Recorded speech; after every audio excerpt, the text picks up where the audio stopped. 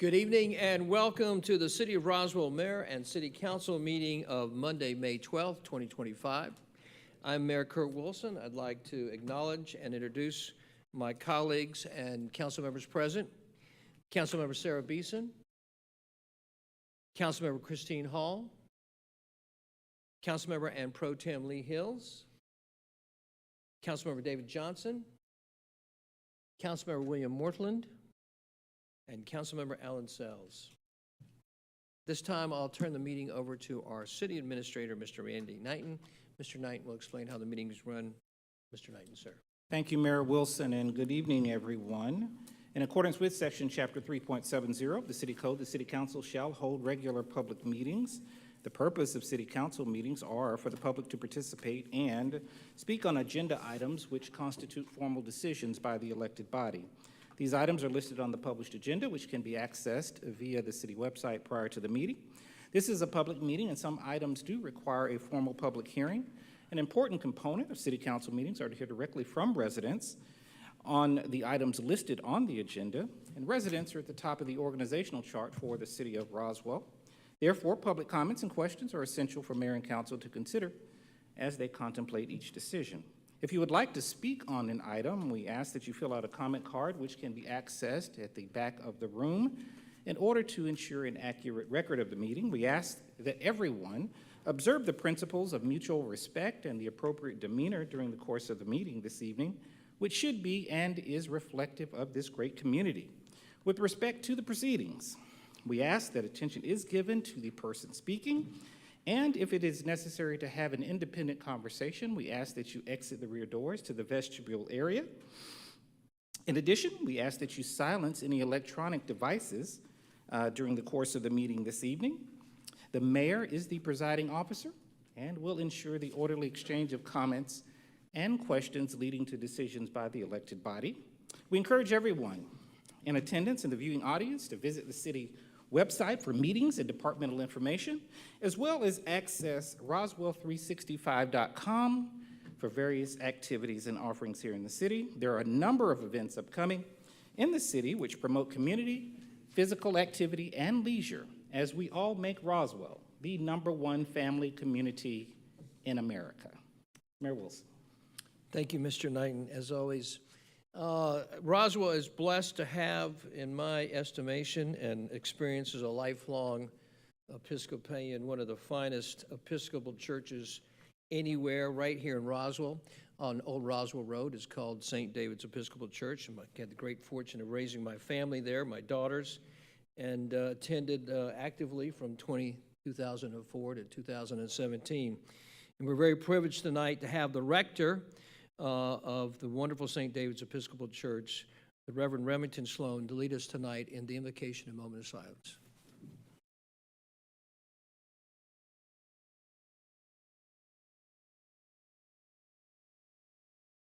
Thank you, Mayor Wilson. Let us pray.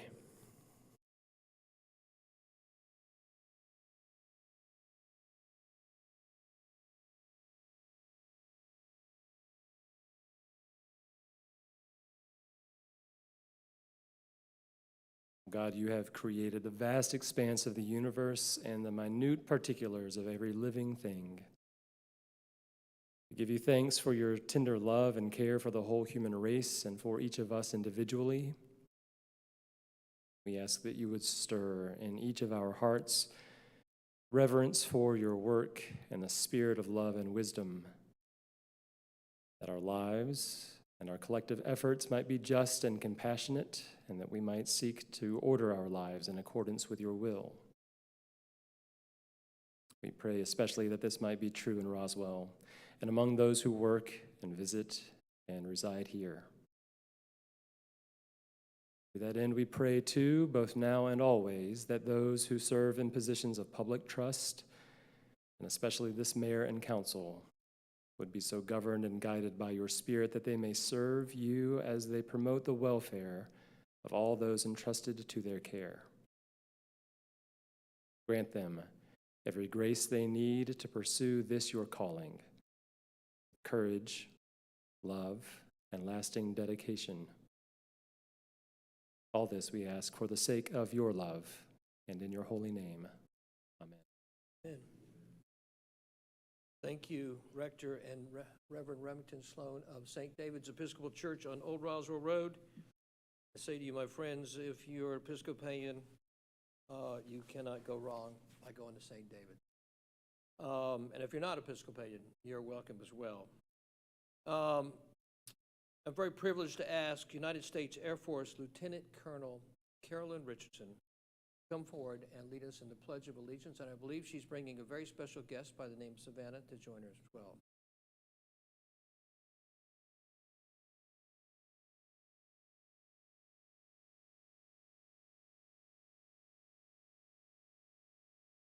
I pledge allegiance to the flag of the United States of America and to the republic for which it stands, one nation, under God, indivisible, with liberty and justice for all. Thank you, Lieutenant Colonel Richardson, and thank you, Savannah. That was well done. Lieutenant Colonel Richardson, if you would be so kind to stay up there, I am going to ask the council to come down and join me for the first item under the mayor's report, which is a reading of the Esteemed Veteran of Roswell Award to Lieutenant Colonel Carolyn Richardson. Maybe 20 minutes.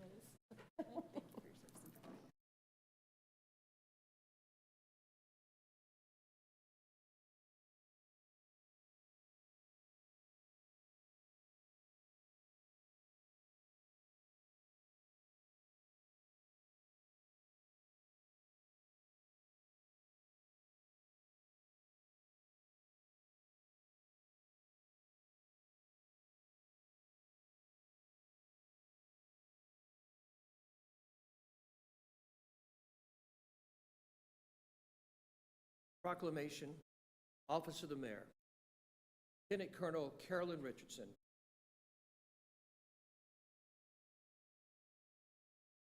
Whereas the city of Roswell is proud to recognize and honor the distinguished service of Lieutenant Colonel Carolyn Richardson, dedicated over 2 decades of her life to serving our nation in the United States Air Force with honor, integrity, and excellence.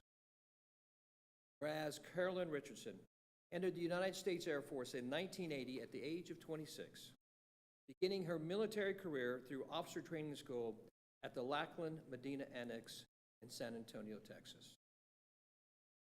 Whereas throughout her 21-year career, Lieutenant Colonel Richardson held a variety of vital leadership roles at military installations across the globe, including Shaw Air Force Base in South Carolina, Langley Air Force Base in Virginia, Naval Air Station Keflavik, Iceland, Wright-Patterson Air Force Base in Ohio, Little Rock Air Force Base in Arkansas, and Robins Air Force Base in Warners Robins, Georgia.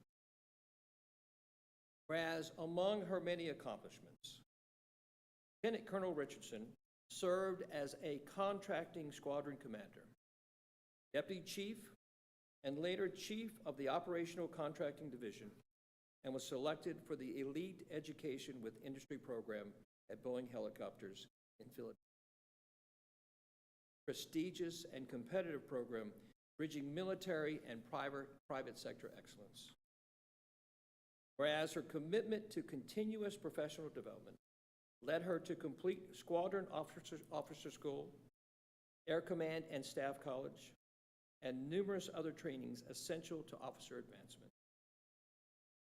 Whereas her outstanding service, recognized with numerous military honors, including the Meritorious Service Medal, the Air Force Commendation Medal, the Air Force Achievement Medal, the Air Force Outstanding Unit Award, and the Air Force Good Conduct Medal, as well as the Distinguished Administrator of the Year Award.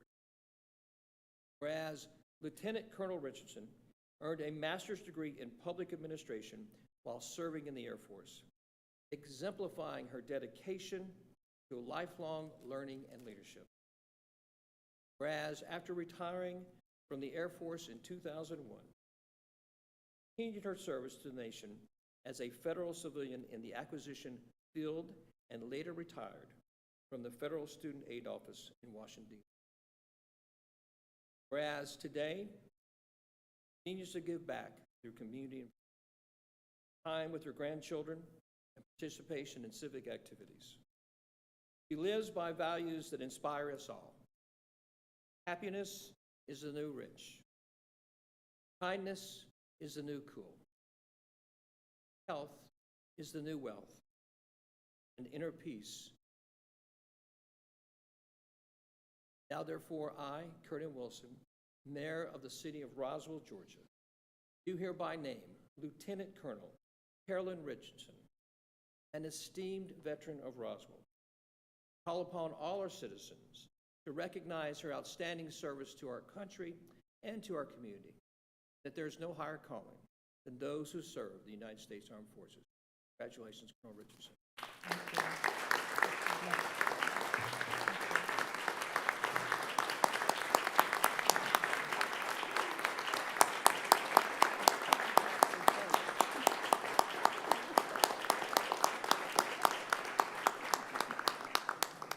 Good touch, Savannah.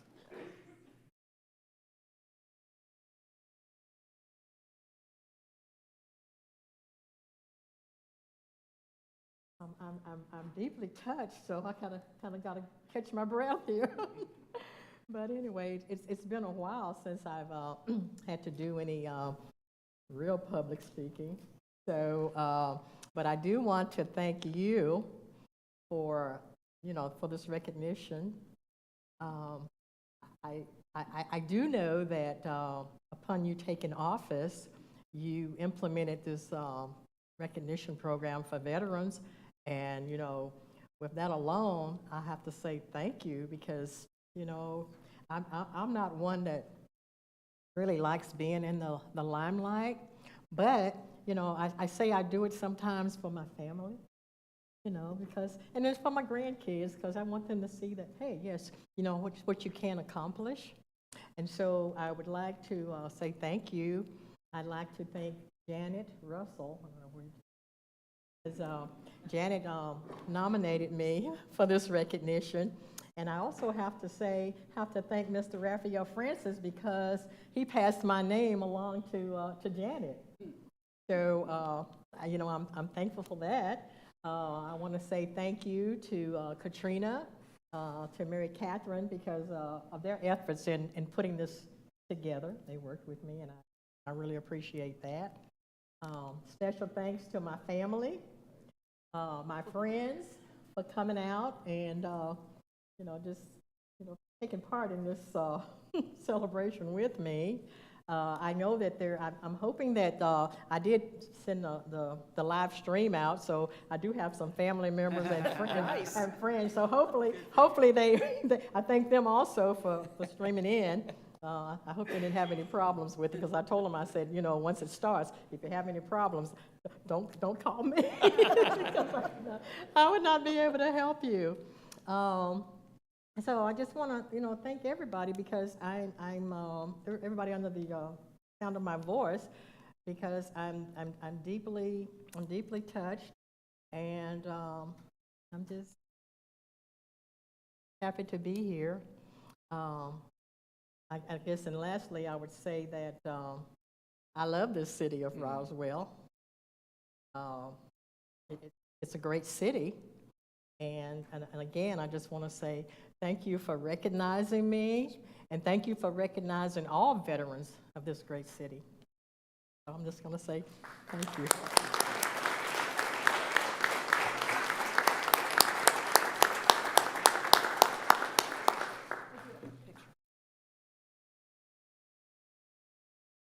Take some pictures.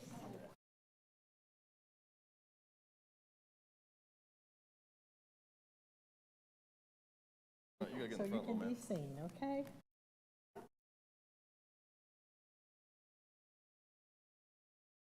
I'm tall back here. I'm just right. I got your back. Don't know how. Okay. Oh, I'm sorry, baby. I'm sorry.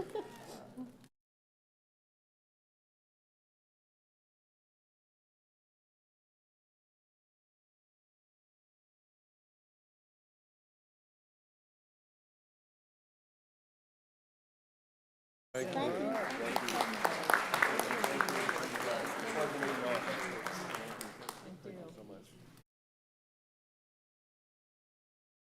our way. So important, yeah.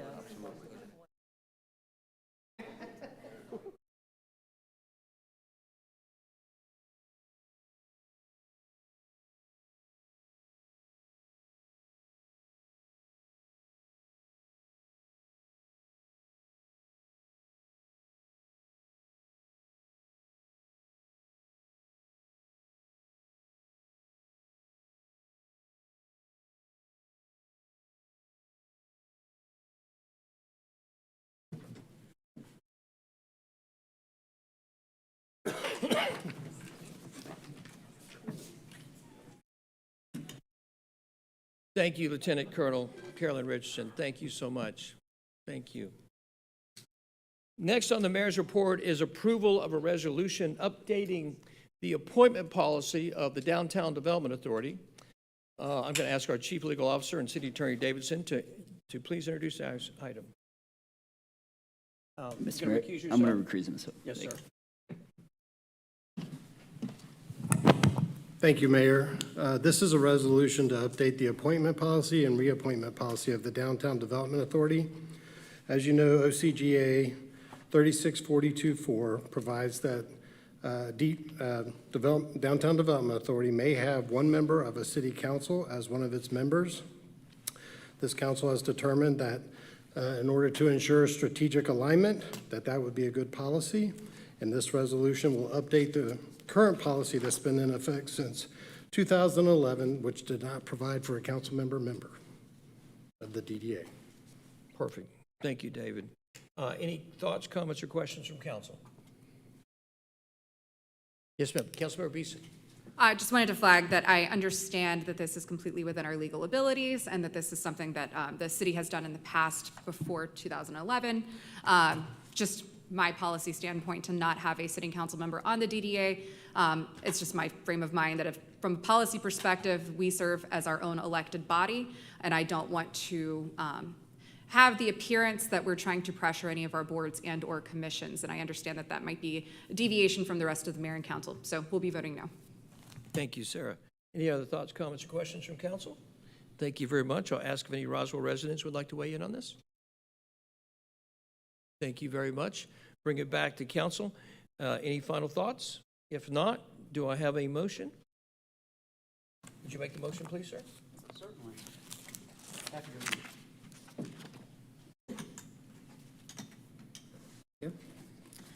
I'd like to make a motion to approve a resolution updating the appointment policy of the Downtown Development Authority. Thank you very much, Councilmember Sells. Is there a second? Second. Seconded from Pro Tem and Councilmember Hills. All understand the resolution in front of them. All in favor of the resolution, please do so by raising your hand. All those opposed, please do so by raising your hand. Let the record show that the vote is 4-1 and the resolution passes. Thank you very much. Next on the mayor's report is the appointment of David, you can come back, sir. Sorry. Next on the mayor's report is the appointment of Jay Corona to the Roswell Development Authority. Does council have any questions regarding this appointment? Thank you very much. Do I have a motion to approve the appointment of Jay Corona to the Roswell Development Authority? Motion to approve Jay Corona to the Roswell Development Authority, Councilmember Mortland? Yes, sir. Thank you very much. Do I have a second on that? Second by Councilmember Johnson. All those in favor of approving Jay Corona to the Roswell Development Authority, please do so by raising your hands. Let the record show that the vote's unanimous, 6-0. Thank you very much. The next on the mayor's report is the appointment of David Johnson to the Downtown Development Authority. Mr. Johnson, are you recusing yourself, sir? Thank you very much.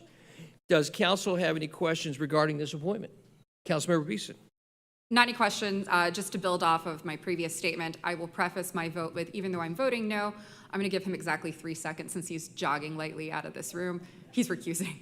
I will preface my vote by saying that I trust Councilmember Johnson tenfold, upstanding person. I have no doubts about his ability to serve in this capacity, nor his ability to serve as a council member.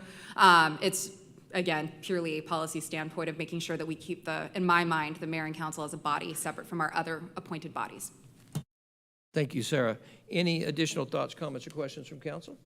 If not, I'll ask, let's see, this is on the appointment of David. Is there a motion to approve the appointment of David Johnson to the Downtown Development Authority? Motion for David Johnson to approve his appointment to the Downtown Development Authority? Would you make the motion for me, sir? Let's see, we're on number 4. Motion to approve Downtown Development Authority appointment of David Johnson. Thank you very much. Is there a second? Seconded by Councilmember Christine Hall. All understand the appointment of David Johnson to the Downtown Development Authority. Please do so by acknowledging and raise your hands if you're in favor. If you're opposed, please do so by raising your hands. Let the record show that the vote is 4-1. Thank you very much, and the appointment goes forward. Thank you. David, you're welcome back, sir. I'll now ask Jay Corona and David Johnson to come forward and read the oath of office.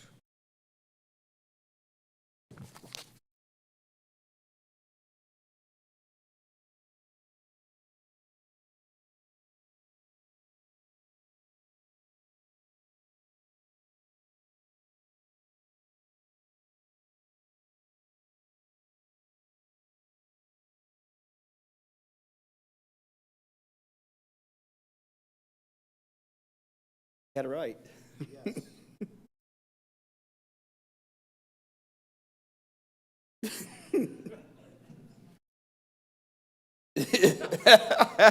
That's a very good point. All right, and I'll obviously.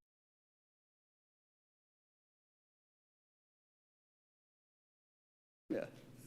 All right, oath of office, State of Georgia, County of Fulton. I, Corona, David Johnson, Solemnly swear or affirm solemnly swear or affirm solemnly swear or affirm that I will support the Constitution of the United States that I will support the Constitution of the United States that I will support the Constitution of the United States and of the state of Georgia, and of the state of Georgia, and that I will in all respects and that I will in all respects and that I will in all respects observe the provisions of the Charter, observe the provisions of the ordinances of the City of Roswell, and ordinances of the City of Roswell, and ordinance, and I will well and I will well and truly perform the duties and truly perform duties the duties of the Office of Downtown Development Authority, of the Office of Downtown Development Authority, Office of Roswell Development Authority. I will to the utmost of my skill and that I will to the utmost of my skill, And I will, to the utmost of my skill and ability, ability, endeavor to promote endeavor to promote the interest and property of said city the interests and property of said city the interest and property of said city without fear, without fear, favor, favor, or affection. or affection. So help me God. So help me God. So help me God. Congratulations. Oh, thanks.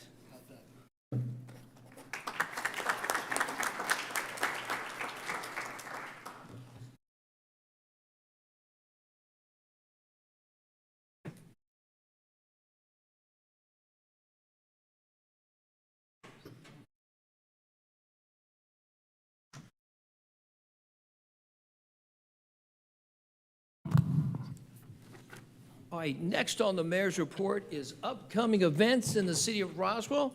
And I'll ask our pro tem Councilmember Lee Hills to give us an update on the many events that are coming up. Lee? Yes, thank you, Mayor. As usual, I will remind you, if you have an event coming up, or if you want to know what is coming up in the city of Roswell, please visit roswell365.com. And you can find out what's coming up that's of interest to you. You may also register for free an account and post your own event if you have a nonprofit organization with whom you serve, or a faith organization, or a neighborhood event that you'd like to publish and advertise to the public here in Roswell and outside of Roswell. You may do that, and then it will automatically expire at the end of your event. So there's zero maintenance after you load that up. But it's a great way to get your name out there, your event out there, and get some publicity absolutely free. Well, a couple of things coming up on Thursday, May 15th, that's this week, we have the Fallen Officer Memorial. Roswell Area Park Pond at the 9/11 Memorial at 11 a.m. we will hold a solemn and reflective ceremony that's dedicated to honoring the profound sacrifice of law enforcement officers from across the state of Georgia who have given their lives in the line of duty.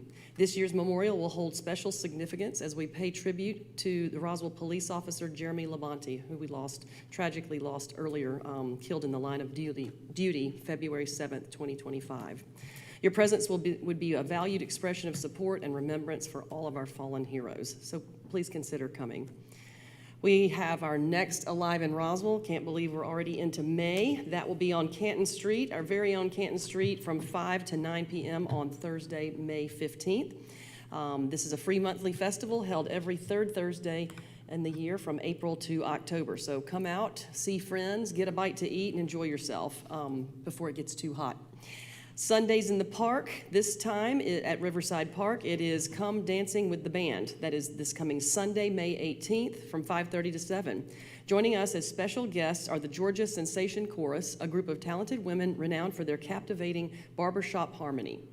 The Roswell New Horizons Pop Band is a 40-member ensemble, providing an evening of free entertainment, uniting friends and neighbors in celebration of the arts. Whether you're light on your feet, music enthusiast, or simply seeking a relaxing evening out, this event promises to captivate and delight audiences of all ages. We also have at Riverside Park on Saturday the 24th at 7:30 p.m. Roswell Riverside Sounds B. Taylor. B. Taylor is a once-in-a-generation talent whose live shows have become legendary for those who have attended them. Now, her debut studio album will allow the world to witness that power. B. Taylor is equal parts lioness and songbird. Music lovers leave her shows as newly converted evangelists, encouraging others to see her. And then rounding out this month, we have our Memorial Day celebration. This is the ceremony that is the largest in the state of Georgia and always draws a huge crowd. This will be right here at City Hall on our backyard green that faces Highway 9, Monday, May 26th at 11 a.m. I'm going to say this several times. It is rain or shine. The Memorial Day ceremony will include displays with music provided by the Roswell New Horizons Band, a military ceremony, the presentation of colors, honor guard, the singing of the national anthem, the Pledge of Allegiance, a POW MIA tribute, and the solemn laying of the wreath. Retired United States Army Colonel Carl Hamilton, also known as Skip Bell, from Marietta, Georgia, is the guest speaker. He was inducted into the Georgia Military Veterans Hall of Fame in 2023 for his numerous acts of bravery during 2 tours to Vietnam. He is a recipient of 5 Bronze Stars, 2 for valor, and 15 air medals, 1 for valor. Skip Bell's extraordinary leadership and selfless acts of heroism are a testament to the uniform and this great nation he has served for 31 years. I will say again, this is a rain or shine event. Last year it rained early. I think a lot of people took that as a signal that it was off. It's definitely not off. We have a backup plan. We're organized, we're ready, and we are celebrating no matter what the good Lord puts on us that day. So we hope you'll join us. It's a wonderful event. You can purchase lunch there afterwards if you like, or head over to Canton Street or Southern Post or Oak Street and get a bite and just enjoy the day. So we hope we'll see you there. Mayor, back to you. Thanks, Lee. Oh, Thank you. I didn't say. Yes? His Eminence, our mayor, will be speaking as well, so you don't want to miss that. So rain or shine, come hear the mayor and celebrate those that we've lost. Thank you, sir. Thank you, Lee. Thank you so much. There's one item left on the mayor's report tonight. It's an update on the Economy Hotel, and I've asked, speaking about Eminent, some of our amazing people inside the organization to come give us an update, beginning with Senior Vice President and Police Chief Jim Conroy.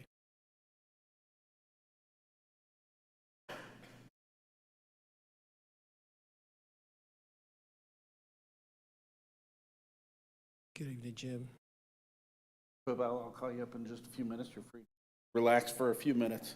We're going to give an overview. As you know, we've been very busy at the Economy Hotel over the past week, but I'm going to start and give a little historical overview of some crime in the area and what brought us to where we are today. And then our fire chief, who led most of the efforts over the past week, is going to come up and give you more in-depth with some statistics and everything that we've done to assist this community. As you know, the Economy Hotel has been one of our crime hotspots for many years. These are just some of the statistics going back through January 2022. So 4% of our crimes against persons, or what we call our violent crimes, occurred at this location. It's also 4% of our narcotics violations and 4% of our weapons violations occurred at the Economy Hotel. 2 of our 6 murders over the past 4 years occurred at the Economy Hotel.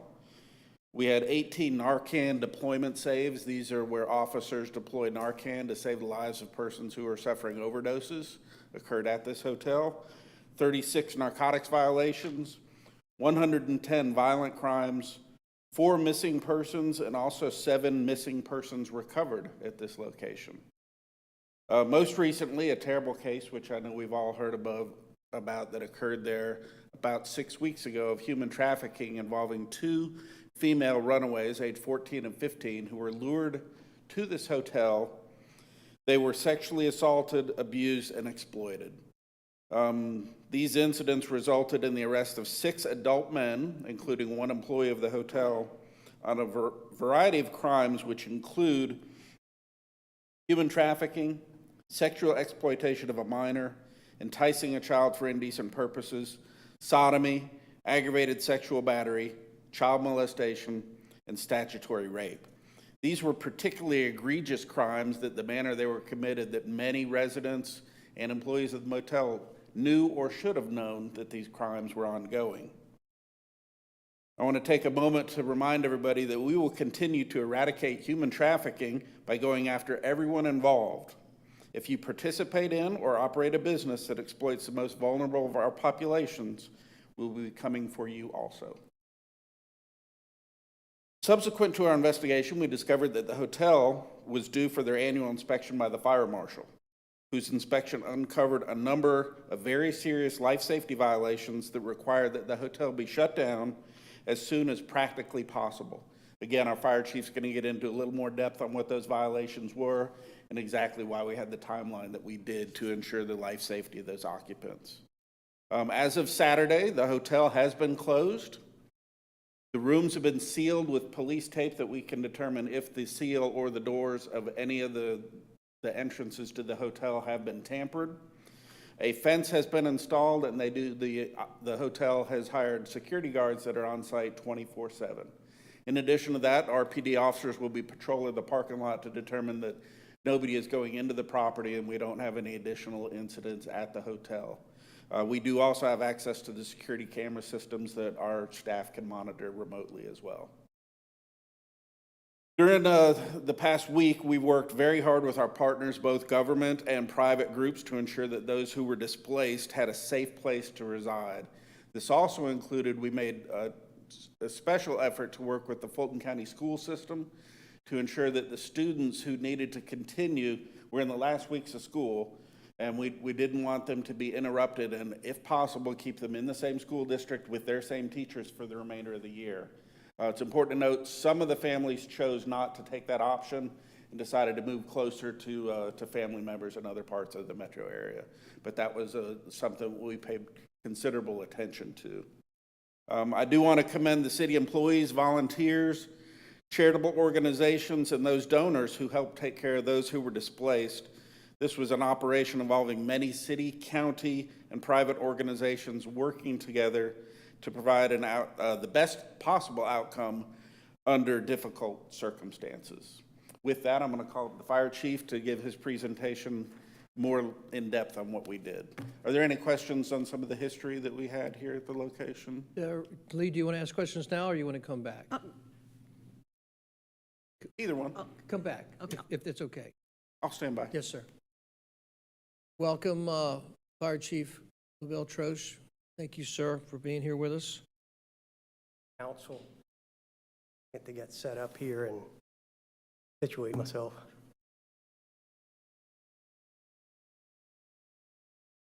So again, thank you, Mayor, Council. I'd like to start by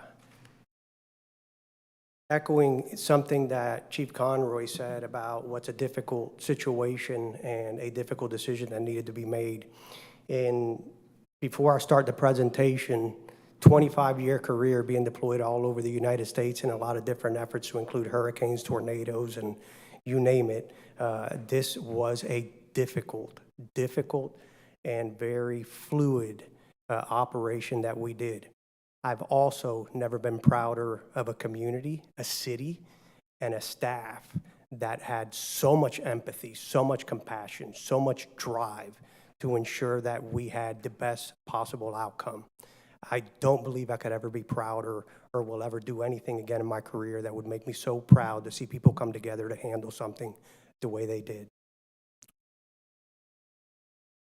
The presentation, I'm going to start with a little bit of how we got to where we are today.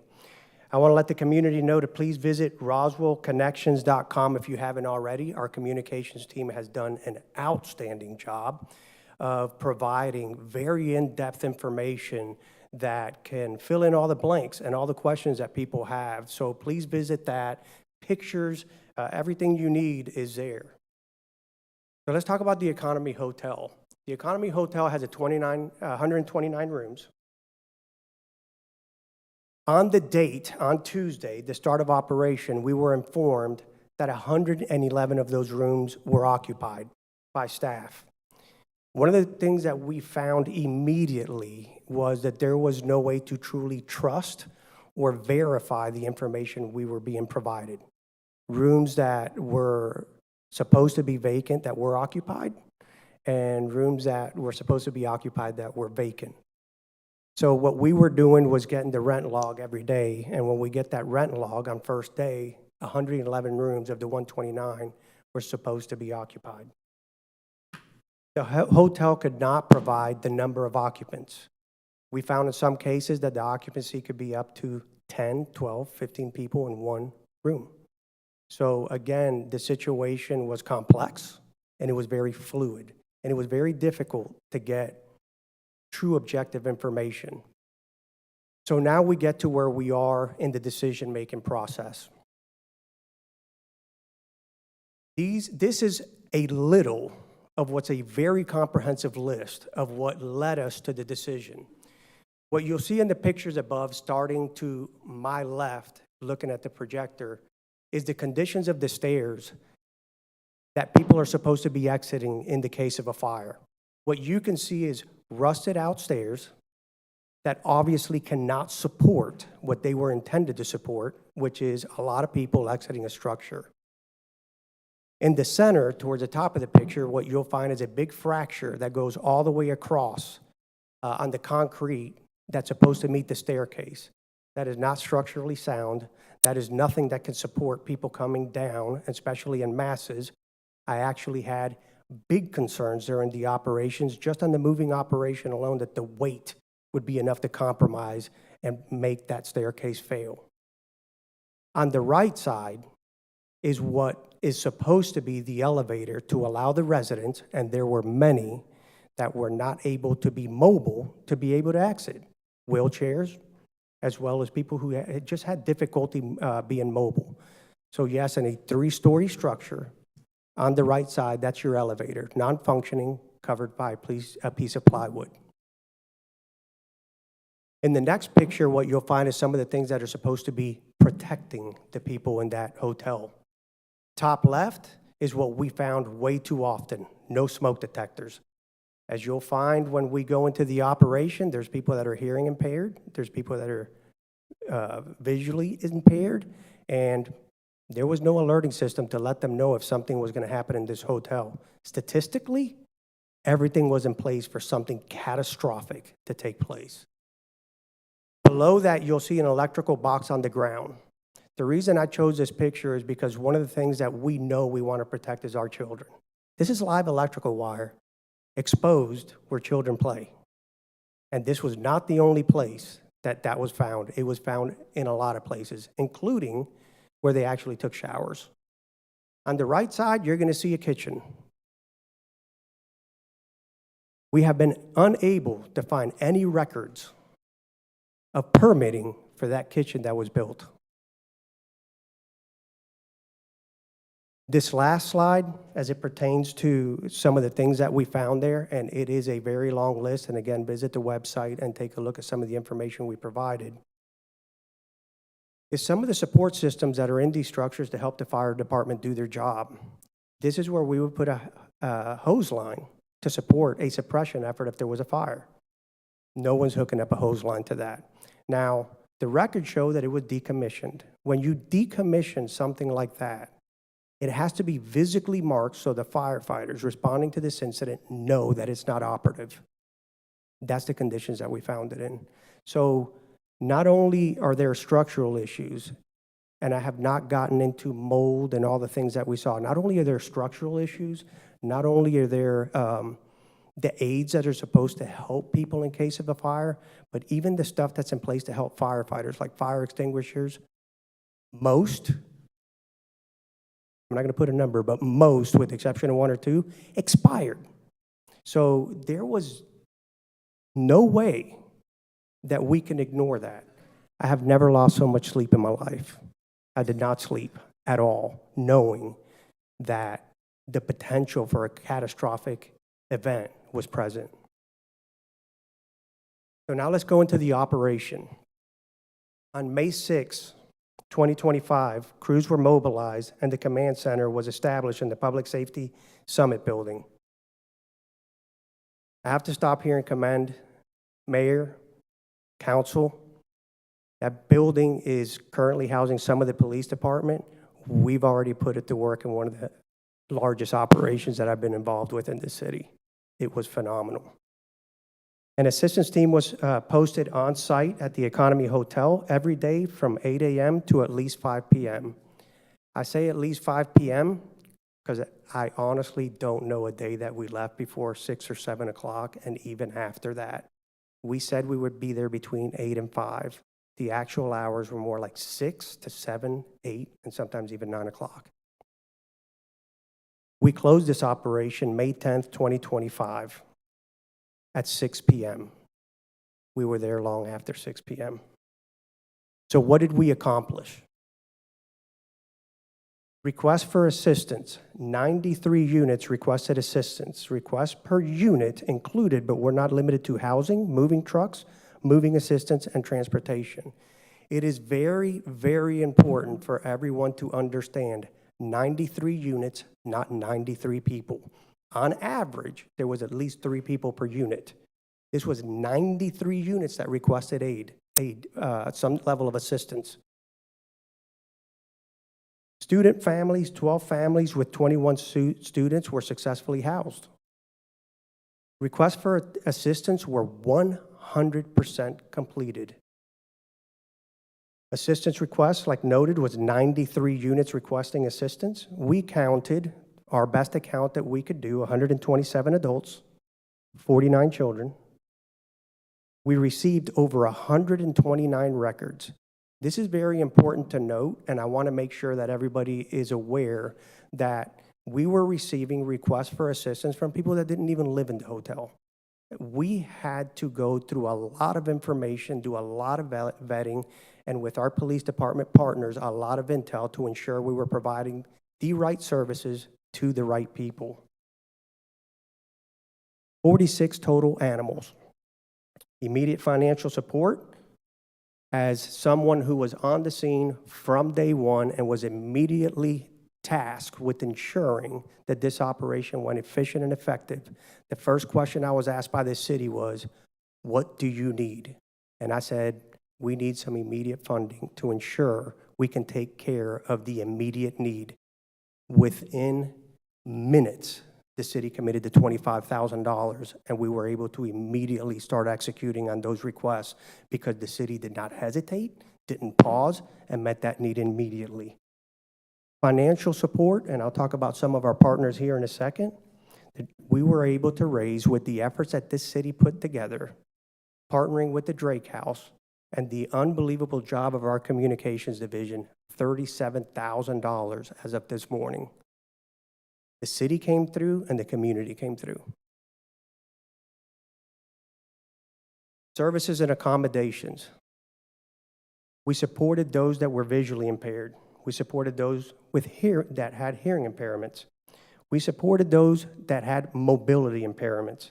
We supported mental health impairments to include social workers and calls to mental health clinicians for guidance and support. We had professional clinicians on call, calling them to advise us how to best handle some of these individuals that were having some difficulties because of this operation. We have support for emotional support pets of the families. We even took into account and ensured that those emotional support pets that the individuals had were taken care of. If you can imagine the complexity of just getting housing for someone with a pet, that's complex. We were not only able to just get the housing for people with pets, we were able to make sure that the accommodations for the support service pets were also taken care of. We had zero pets that needed to be handled by the Fulton County Animal Control. They were on standby the entire time. This city was able to put enough resources and enough help behind this that we were able to house everyone. Not one pet had to go with animal control. The on-site assistance, of course, Roswell Public Safety and Code Enforcement. We had school representatives, including the Fulton County School Board, but of course we had individual representatives from the school system. Drake House, Atlanta Fulton County Emergency Management, Fulton County Animal Control, Fulton County Continuum of Care, the Gateway Center, Single Parent Alliance Resource Center, Fulton County Animal Control's in there twice, my apologies, First Place Hotel, Home to Suites, Hometown Suites, Gracious Plenty. The effort to rally these troops, get everybody together for one cause was just extraordinary to watch how everybody dealt with these, to everyone in need with compassion and help. We wanted to make sure that we covered every possible need, and the list goes on and on. So what does this look like when we operationalize it? So on site, what I'm showing you above on the top left is, yes, a City of Roswell van that we were utilizing to transport people to where they needed to go. Some people just needed somewhere to go. We were using our resources. The city immediately met all needs, and we were using our people to transport people to where they needed to go. On the right-hand side, what you'll see is the daily briefing. Every single day, the teams would meet up at the command center. They'd have a briefing. We know very clear what the mission was and we would accomplish a day, but we'd also have one on site. We wanted to make sure we met those that needed assistance on site, that they could see us and they can talk to us. Something else important to note here is 129 rooms. 129 rooms were contacted every single day. Most days, 2 to 3 times a day. So we knocked on every door. We left information on every door every single day. On the bottom left side is where you'll see that we had tents as well as a very large trailer. This is where we were doing our intake. This is where we were talking to people, we were meeting their needs, and everything that was happening on site was being communicated up to the command center through a special dashboard that was created just for this operation. We started the platform on site after creating what the needs were, and AFCEMA partnered with us and brought their tech people, and on-site was able to build what I think is one of the most comprehensive support systems for a mission like this on-site for us. On the bottom right is way above and beyond, and I don't think we can ever go above and beyond when we're taking care of the community. What looks like a simple picture is this. Food was provided, breakfast and lunch at times, but breakfast and lunch almost every day. The community came through with food. And we were feeding people every day, every morning, so we can meet that need. Also, what you see in the box there is a hygiene kit. We had personal hygiene kits that included everything from soap, combs, shampoo, so we can provide some of the things that they may not have. The Operations Center, again, was at the Summit Center on the first floor, and on the right-hand side is that one room of 2 that were occupied, one room was completely filled with a rehousing team. Excuse me, that rehousing team was made up of typically more than 10 people, and all they concentrated on is rehousing. And then in the picture above is your actual operations center where the incident command ensured that we had all the logistical needs for the day. Below that are two boards that I don't expect anybody to be able to read, but on the left was the goals that we were establishing. They were lofty. On that board on the left, it says 50% of all assistance by the end of the day. We know we were going in for a lofty goal, and we were able to meet over 78% of that goal on that day. On the right-hand side is where the school board, along with counselors, were working to make sure we accounted for every student family that was at that hotel. The benchmarks that were established: create a system for the established plan's unique challenges, and it was a lot of unique challenges. Safety: we want to make sure that both the residents and the workers were safe. 100% success, no injuries. Maintain a calm, respectful, and non-confrontational environment. 100%, to include management, those that were living there, never had a problem. Open arms, lots of hugging, lots of handshaking. It was incredible to watch.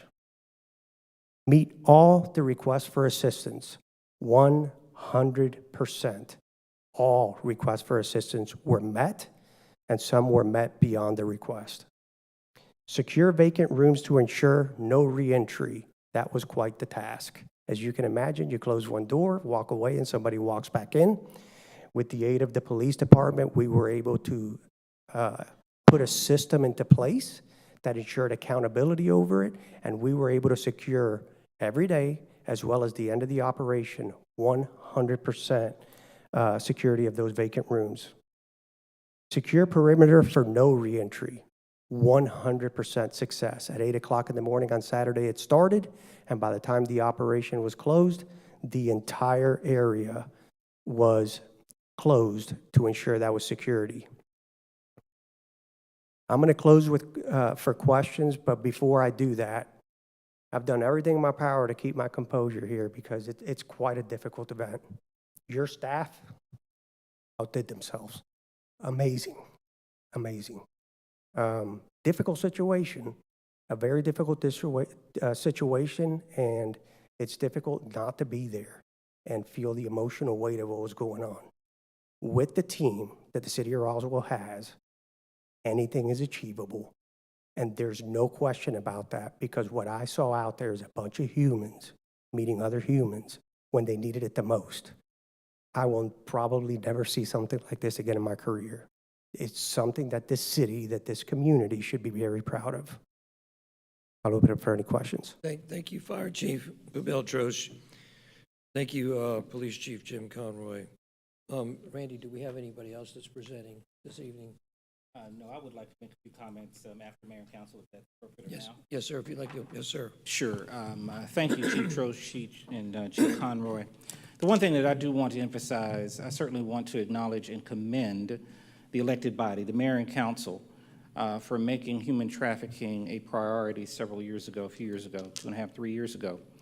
Since that time, the city has taken a number of tangible measures to address human trafficking in a very real way, including revising our application process, providing a new form of approvals for massage spa establishments, and as a result, closed down 23 spa massage establishments that were operating either illegally or had illicit behavior as a part of their business model.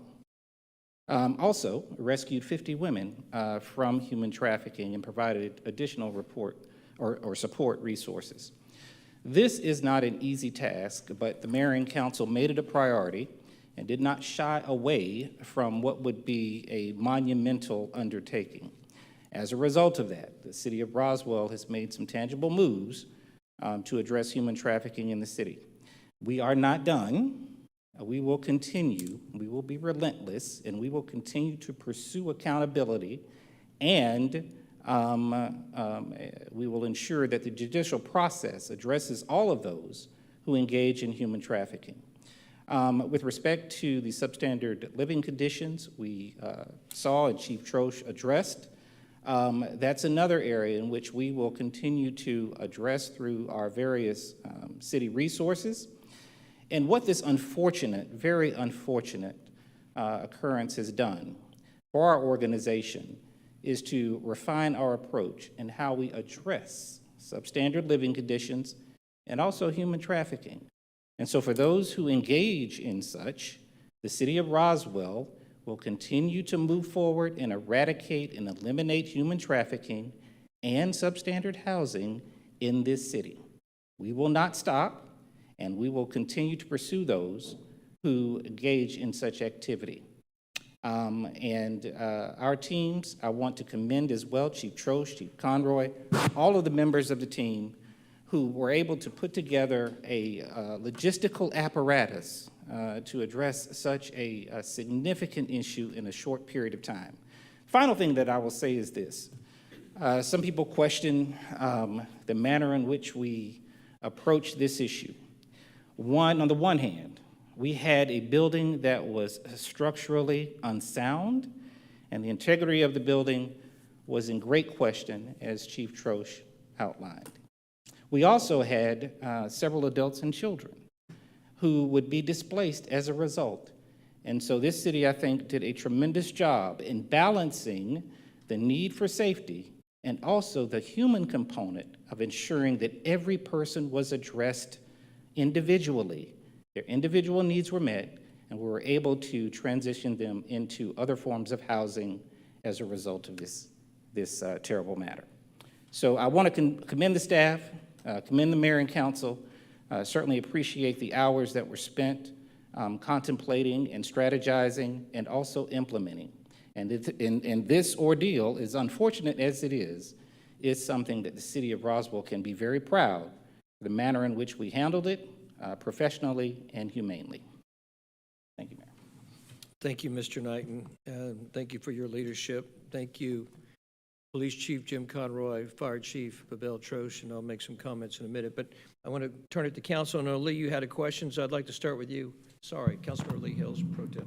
Thank you, Mayor. And thank you, Mr. Knighton, and thank you, Chiefs. I really appreciate it. This is a clarification question for you, Chief Conroy. When you mentioned the 4% of the crimes that take place in that hotel, that sounds like 96% of all the other crimes are all around the city. That doesn't sound like a lot. And I just want to, I know what the deal is, but can you just describe that for those listening and that are here? Like what 4% really means? Is that a high number there for this hotel? The volume of calls there? Yes, that is a high number for one address. That is one of our highest call volume addresses in the city, absolutely. Okay. Remember, we've got 100,000 residents in the city, so that 4%, that's a high number for one particular address. Because if one crime occurred at, let's just say, a gas station or a corner, that doesn't even hit a 1%, correct? Correct. Yeah, I just wanted to value add that because I don't think that's very easy to understand for regular people that don't do what you guys do. And also another way that crime statistics are calculated throughout the United States, so that one sexual assault event that went on for several days, I read there were over 50 criminal charges filed. That counts as one offense in that number. So multiple events could happen so that's how the statistics work for those. Thank you. I just wanted to clarify. Absolutely. Thank you, Lee. Councilmember Sells. Thank you, Mayor. I'm going to try to come at that just a little bit differently. If you expand the scope beyond that address, just that intersection and the backside of the Summit property and that side, could you talk about how much of our crime reports come from, say, 200 or 300 yards from where we were talking about? So I could run those numbers. I don't have those. This was run specifically for that address. You know, there's another hotel close.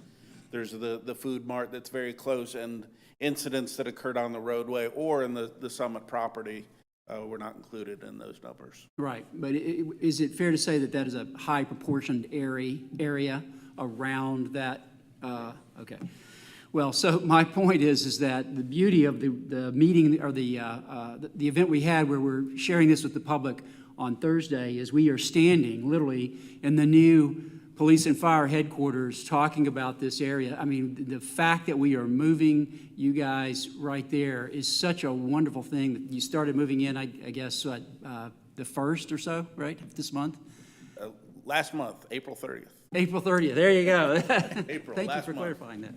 And the fact that we're standing there looking at this, and you guys are in the exact right place, and just speaking for myself, you know, this is an issue of great importance to all of us. Johnson and I are new on this. You guys were on this before. It makes me very proud to be a part of this group.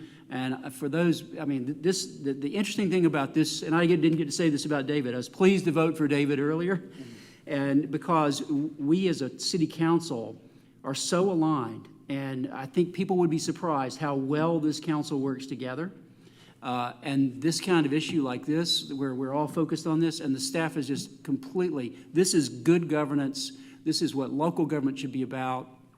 And doing this through the way we're having to do this with code things and things like that is incredibly difficult, and it takes diligence, patience, and firmness, and you guys have demonstrated that to the nines. I really appreciate it a lot. To your point, all the media briefings were done on Summit property, actually.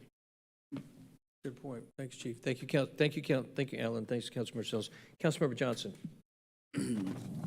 For all the families that had Fulton County, that had children that attend Fulton County schools, if they wanted to stay at the school that they were, you know, like, I think the elementary school is Esther Jackson. So if there's an elementary school student that wanted to go to Esther Jackson and stay there for the end of the year, was that possible? Like, did they stay at the school that they wanted to be at? So that was the priority. I believe we achieved that with everybody who wanted to stay. Who wanted to stay. Okay, Correct. yeah. Thank you. Thank you, Councilmember Johnson. Councilmember Hall? Thank you.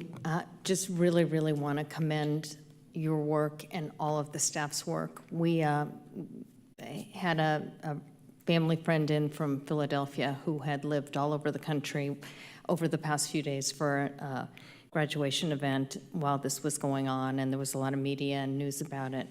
And he expressed to me that he'd never seen a city response to this the human element and the human factor.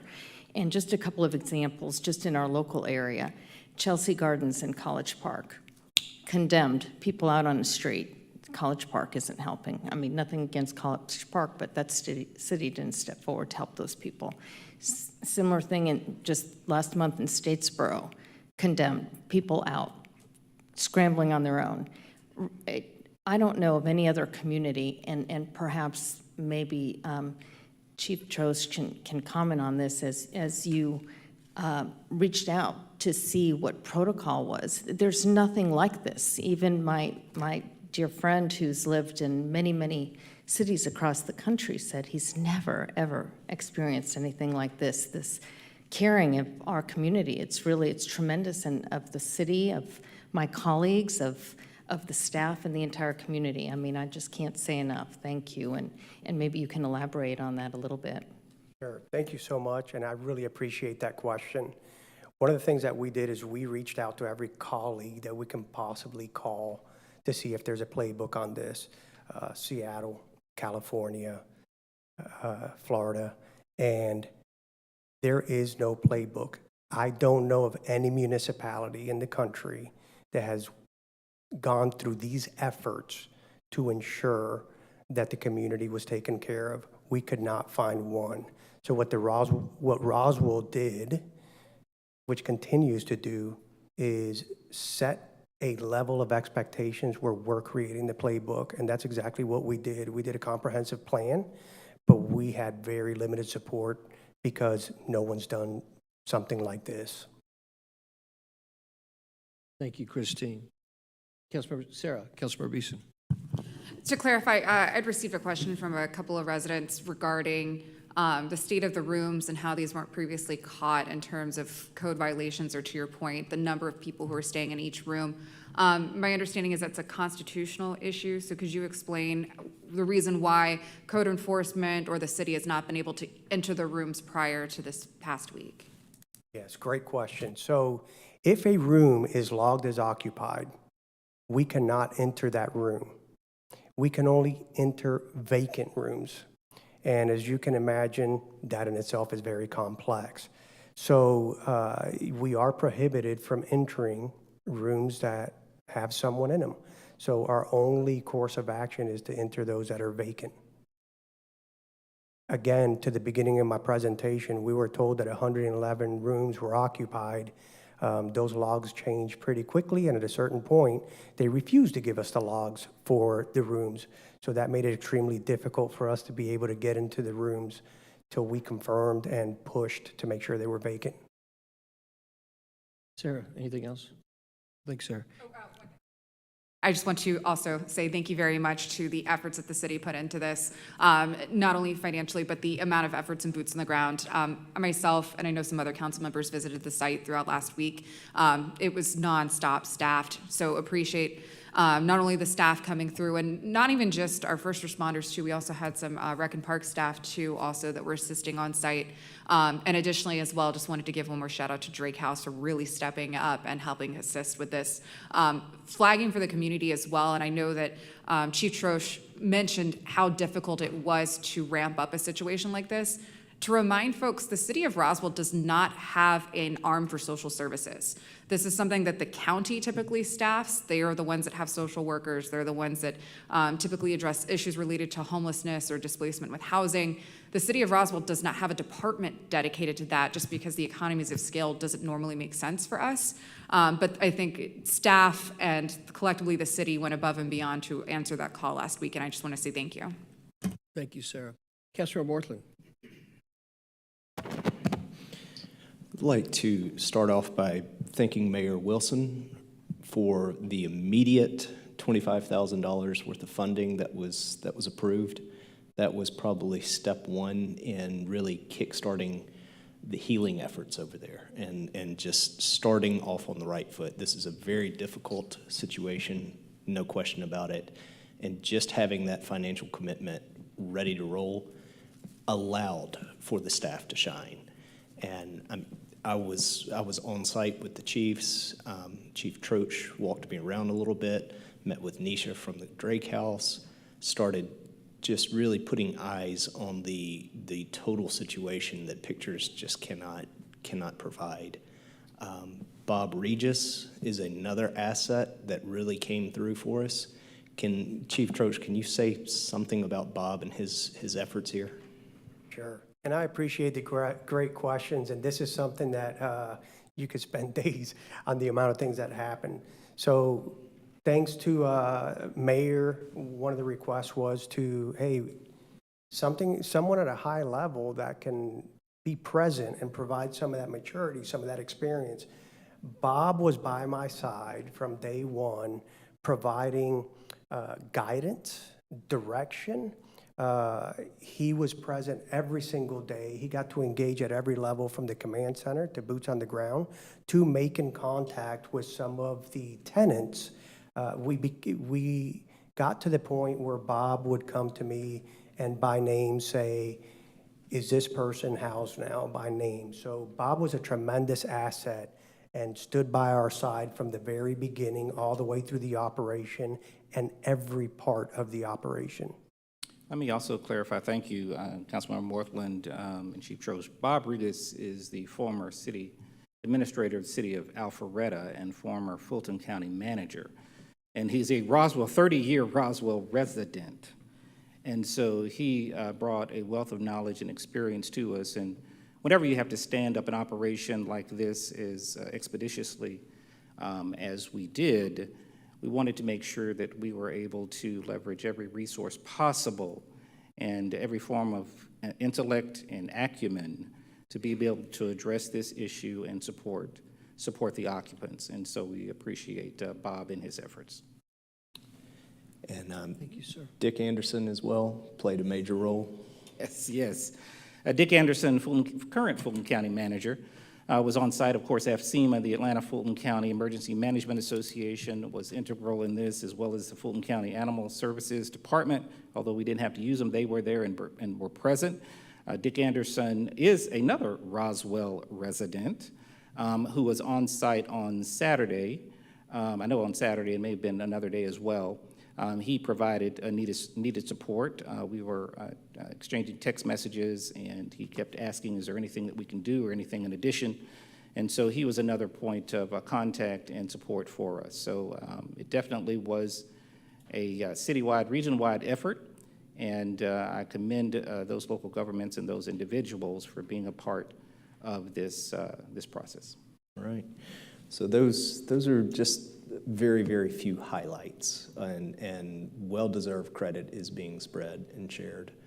But just from the human touch, because you made the statement earlier about a human touch, what really stood out to me were the police and the fire personnel being that human touch out there, helping with the assisting of boxes, helping getting people from the third floor down to the parking lot area, helping them getting loaded, supplies, whatever they needed. I mean, I witnessed it myself with police personnel and fire personnel just assisting in the room relocations. The fire department went above and beyond with funding provided to get vans and transportation procured because we were under such a tight timeline, and just thrilled to see that we had 100% success at the end of the day and everybody was taken care of, and bravo.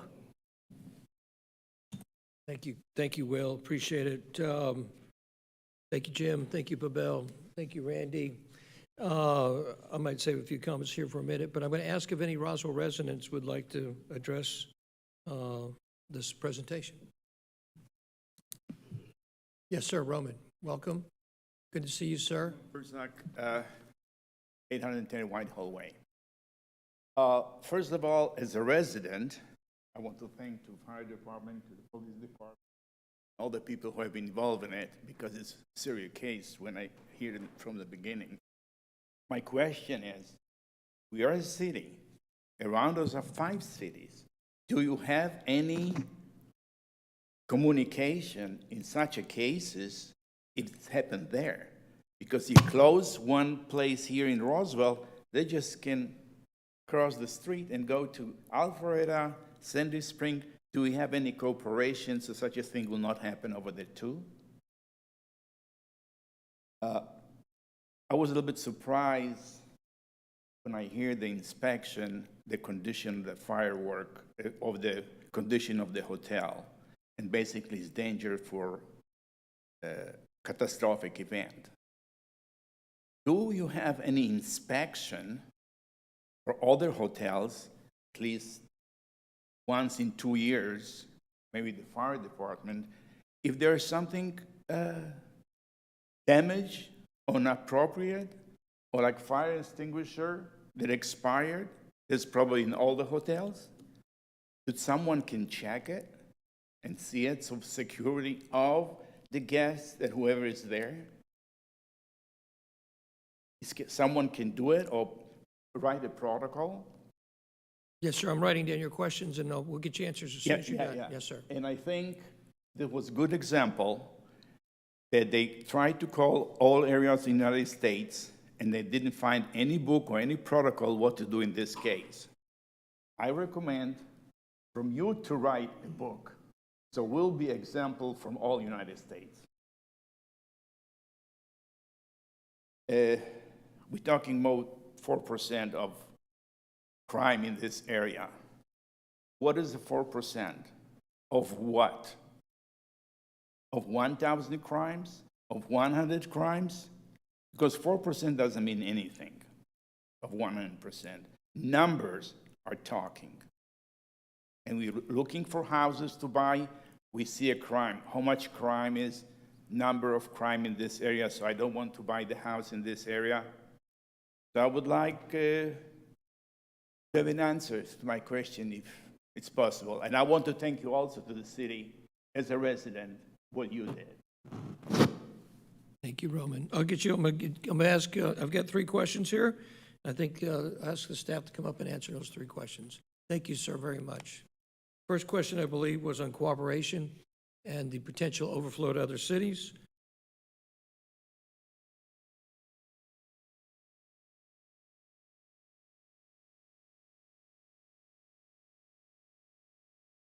The question is about cooperation with other I cities? think cooperation with other cities, and what, there's a spillover effect, is there a spillover effect to other cities, and how are we communicating with other cities, et cetera? So one of the things that we do that's great, the police and the fire department both do this, we have North Fulton Chiefs meetings once a month, all the police chiefs from North Fulton get together. We meet and talk about issues such as this. Hey, what's come up? Is this something you've ever dealt with? And we discuss these, and this was one of the items that we talked about at this month's meeting of, we're having this incident at the hotel, and we share efforts and experiences on that regard. And same thing with You do the same, fire does the exact same. Just to kind of parlay that, Jim, you've been doing that also on the massage, on the illegal spas as well. We've been talking, we've actually been in joint cooperation as well as assistance on some raids in some other cities. Correct, yeah, our spa efforts have expanded to the other cities. We've served warrants, and as you know, our lead investigator, she's now been deputized by Homeland Security to assist in those human trafficking efforts. And she has become a resource actually statewide for spa operations for police departments. All right, I think, any other follow-up on the question of cooperation? Yeah, so I just want to echo what Chief Conroy said with cooperation. There's two things. One, the fire department also has monthly meetings with all of our North Fulton neighbors, and that includes every division from community risk reduction to operations. Also, we have a pretty robust communication with the local emergency managers. So what happens there is we're texting each other from all the cities, letting each other know what's going on and supporting each other during, whether it's a storm event or something like this. So we're always collaborating, communication, and planning with our neighbors. All right, the second question I think dealt with, particularly with relation to inspection at hotels, what we're doing, are we in an aggressive posture in terms of finding these kind of things that might be evident at some other places that perhaps we have not dealt with? And I'm going to turn that over to the fire chief, but if you remember during my opening statements, I mentioned that we discovered that this hotel was due for its annual inspection, and then I'll let the fire chief talk about that annual inspection. That's correct. Thank you. So a couple of things. We have a very comprehensive policy and inspection cycles that we recently here actually just updated and established thanks to Chief Wolf here in the community risk reduction team. And what that does is put certain businesses and places that we inspect in categories on our inspections. 1 year, 2 year, 3 year, 1 year being those that have a high hazard class. This falls under high hazard class. It was due for an inspection. We did an inspection. That inspection revealed many, many things that had us in a room strategizing on how we do a deeper inspection that led to a secondary inspection that revealed a lot. Also, it's worth noting what was discussed earlier, and I appreciate, Sarah, you asking the question, that there's some complexities to this, like not being able to enter rooms that are occupied. So one of the things that we did is we knocked on every single door and we asked them, would you allow us to go in and do a safety inspection? So we look for every possible way to get as comprehensive an inspection as possible. And we also have an escalation process. Some of these things take years for them to get to the level that they are. So that's kind of the inspection process that we have in place for places like this. And then I think the third question, Jim, dealt with 4% of crime. What is that number? What does it mean? Doesn't really mean anything to me on its face value. Correct. As I mentioned during my opening remarks also, I said these were statistics that went back to January 2022, and that was 110 violent crimes I listed. I do have them broken down. I mentioned the 2 homicides, 1 aggravated assault by cutting, 8 by firearm, 1 aggravated child molestation, 5 aggravated batteries. Jim, can you tell people, can you pass on to us as lay people, in your world, and I think this is where Lee was going with the question, when you say 4% to another police chief, that's a big deal. You guys say, like, that's a real problem. Can you pass on to us as lay people why that's a real problem, what 4% means? Because the way people hear that is like, well, that's only 4% of your crime. Is that really that big of a deal? That's not what that's saying to you. So, yeah, 4% is a lot for one location, absolutely. That's Numbers are numbers. Fortunately, we're blessed in Roswell that our crime numbers are low and have continued to drop, as we've talked about in some of those hearings. But in this is 110 violent crimes. Those are crimes against persons, which are those big 7 crimes: assaults, sexual assaults, aggravated assault. All of those are included in those violent crimes, batteries, anything that is a crime from person to person. That's 110 reported crimes. At that address. At that address, That's yes. the important point. It's not the area, it's that address. That's right. Correct, that address. And that's part of what we look for our condemnation proceedings on the law enforcement side, is what is going on at that address. For our future cases, we can't go into what's going on across the street. We have to go with what's on the property for what we're doing. But we can gather statistics for the immediate area and what are causal for the surrounding areas. None of these people live at the Food Mart, but you see a lot of them hang out at the Food Mart. Very good. Thank you, Chief. I appreciate it. Thank you, Chief. Appreciate your answers to those questions.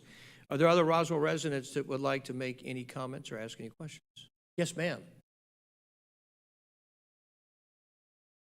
Sir. Welcome. I prepared. I didn't expect to say anything, but I'm very proud of the city and how we handled this situation. Share with everybody. Yes, ma'am. Will you let everyone know who you are and where you live? Oh, I'm Rebecca McNair. I live at 1205 Land Lakes here in the city for 20-some years. I'm proud of how the city handled this, because I was not very proud to see what happened on the news. And if most of you are familiar with that area, you know that many of the residents there are just a step from being homeless, and it provides temporary housing. My question is, what will the city do in the future to prevent it from becoming this bad? You know, because those are cumulative violations, extreme violations. No one should have to live like that. So if an inspection was done a year ago, do we have standard, normal inspections? Have we decided at this point to increase those inspections so that we can continue with a location like this that would have been a very good location for people to live on a temporary basis had it not been just gone downhill and become a crime spot? It's a great question. I'll answer that question to some degree. I'll probably ask Mr. Knighton to join me in the answer to that question. Here's the cold truth reality. I think most of us who've lived in Roswell for a while, you know, it's really easy to, I mean, it's a busy intersection, it's easy to forget about things.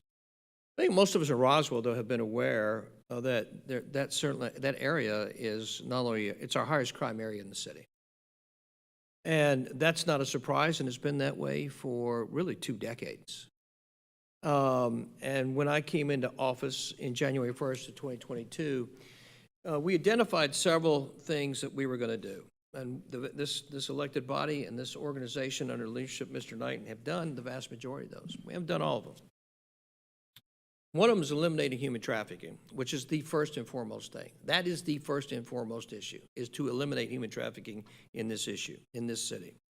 The second part is to be real about what's going on in your city. You can't solve problems till you get real. And the answer to your question from my perspective is kind of an organizational. We had to have real organizational transformation. This city could not have pulled this off 2 years ago.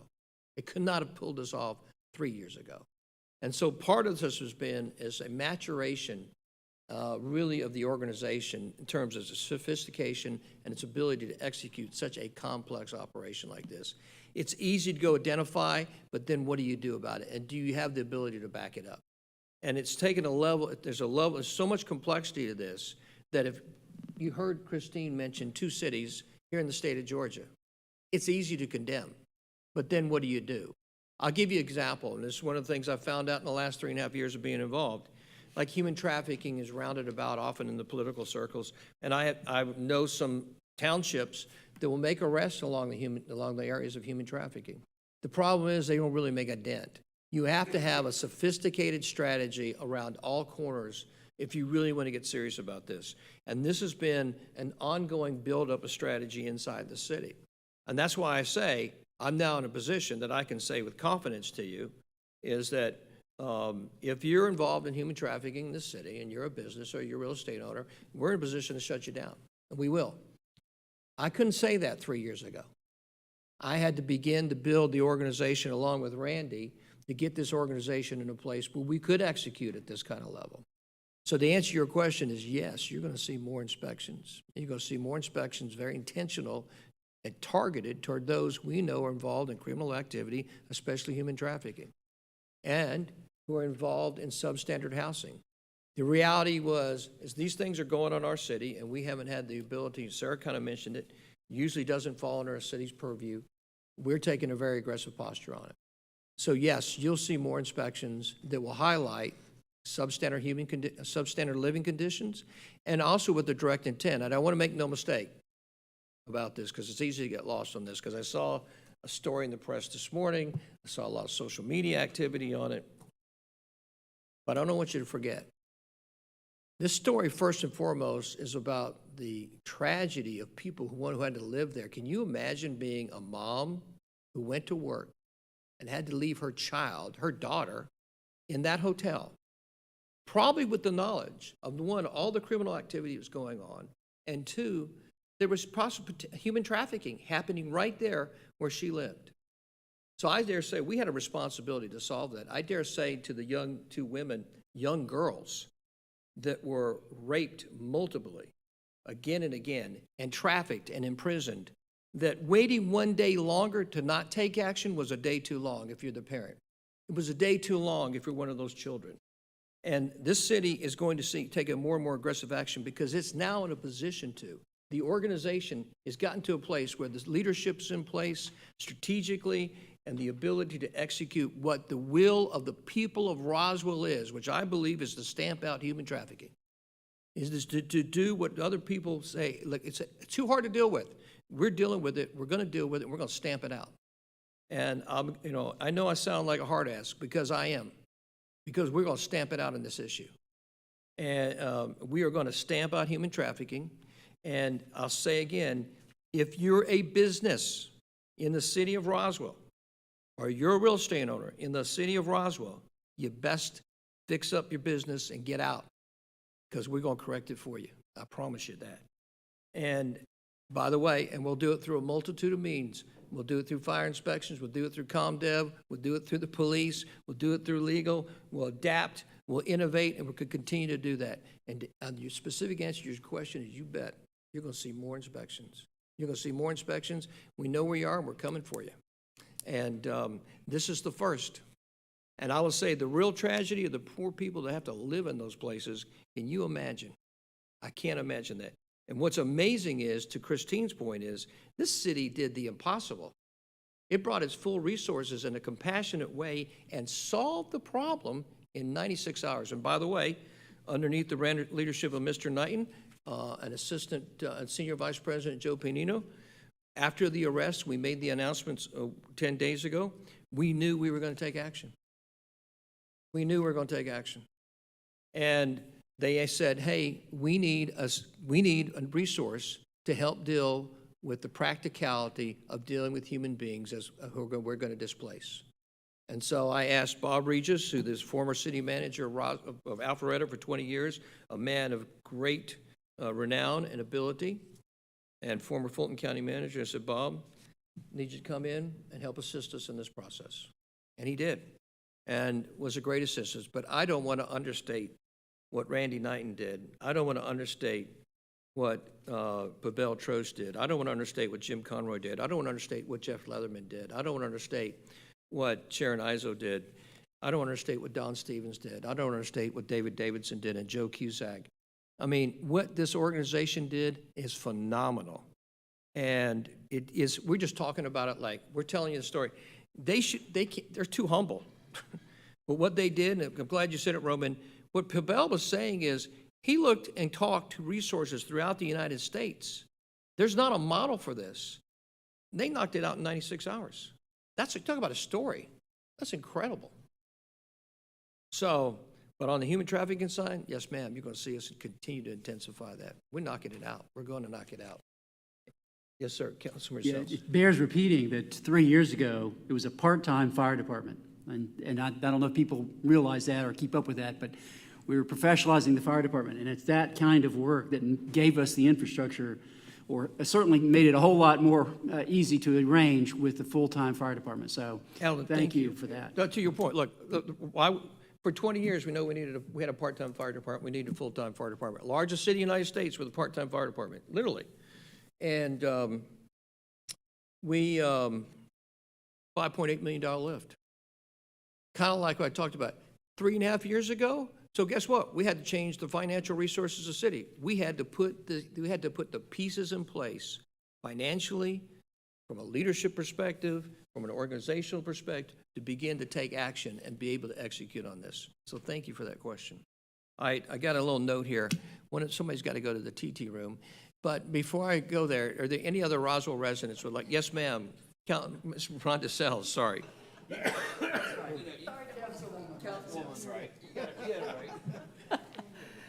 Well, I just wanted to publicly thank you guys for holding the Economy Hotel accountable. And especially I want to thank you, Randy Knighton, for the way the work was carried out. It was thoughtful, it was deliberate and compassionate. And most of all, I share your concerns about human trafficking. You and I have talked about this over the years. And we both have been engaged, and we've both been doing something about it. You and the city, along with wise and equipped local nonprofits and service providers, were each positioned in the area where each was best suited for the greatest good on the ones being impacted. However, no one could have done what you did, and that was to bring justice. The God-ordained responsibility and purpose of a governing body. I am reminded of women whom I've mentored who thought there was no way out of living conditions they were in, but then the unexpected happened. Someone paid attention, and the lies they'd been told to keep them in bondage were proven wrong. People do care, people do see, and they do something. They were not abandoned, and now they have hope. And the next best thing is the culprit of their misery is held accountable and no longer has control over them. I'm overwhelmed with gratitude. And to the work, and let's see where I left off. And I am sure I speak for everybody in this room tonight. Thank you all. May God continue to work in and through you to bring justice with mercy. As you have demonstrated last week, and other cities follow your excellent leadership. Thank you. Hey, Rhonda, thanks. Tell everybody who you are and where you live, because I got to be fair here. Sorry. I'm Rhonda Sells, and I live in 9028 Riverbend Manor with that guy right there. Outstanding. Thank you so much, Rhonda. Yeah. Any other Roswell residents who would like to address this item before we leave it?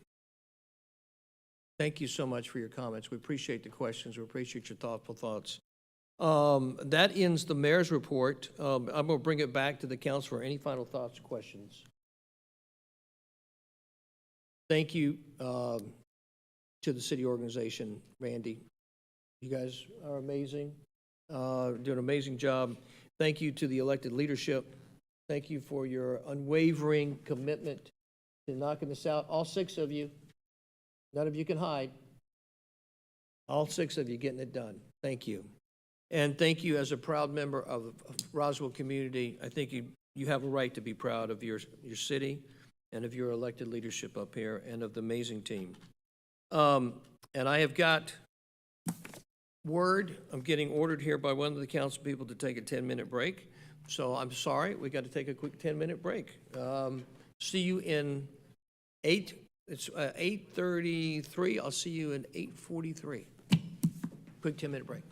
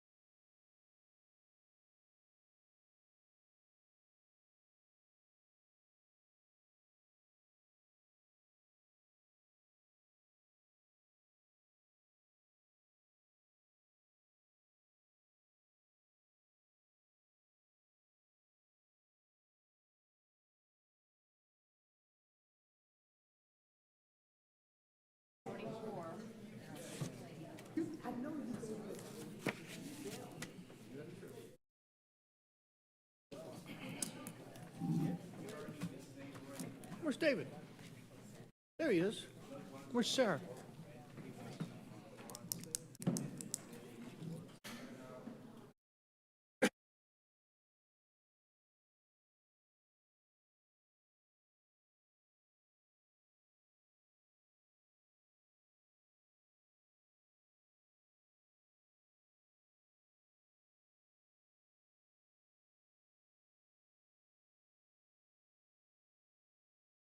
Welcome back, everybody. That ends the mayor's report. Thank you, everybody. Thank you, team. Next is a consent agenda. Does council have any questions or comments regarding the consent agenda? Randy, did you have anybody that wanted to do a presentation on any items on the consent agenda? I don't think so at the moment. Very good. Thank you. At this time, I'll ask if any Roswell residents would like to address any items on the consent agenda. Yes, ma'am. Janet Russell.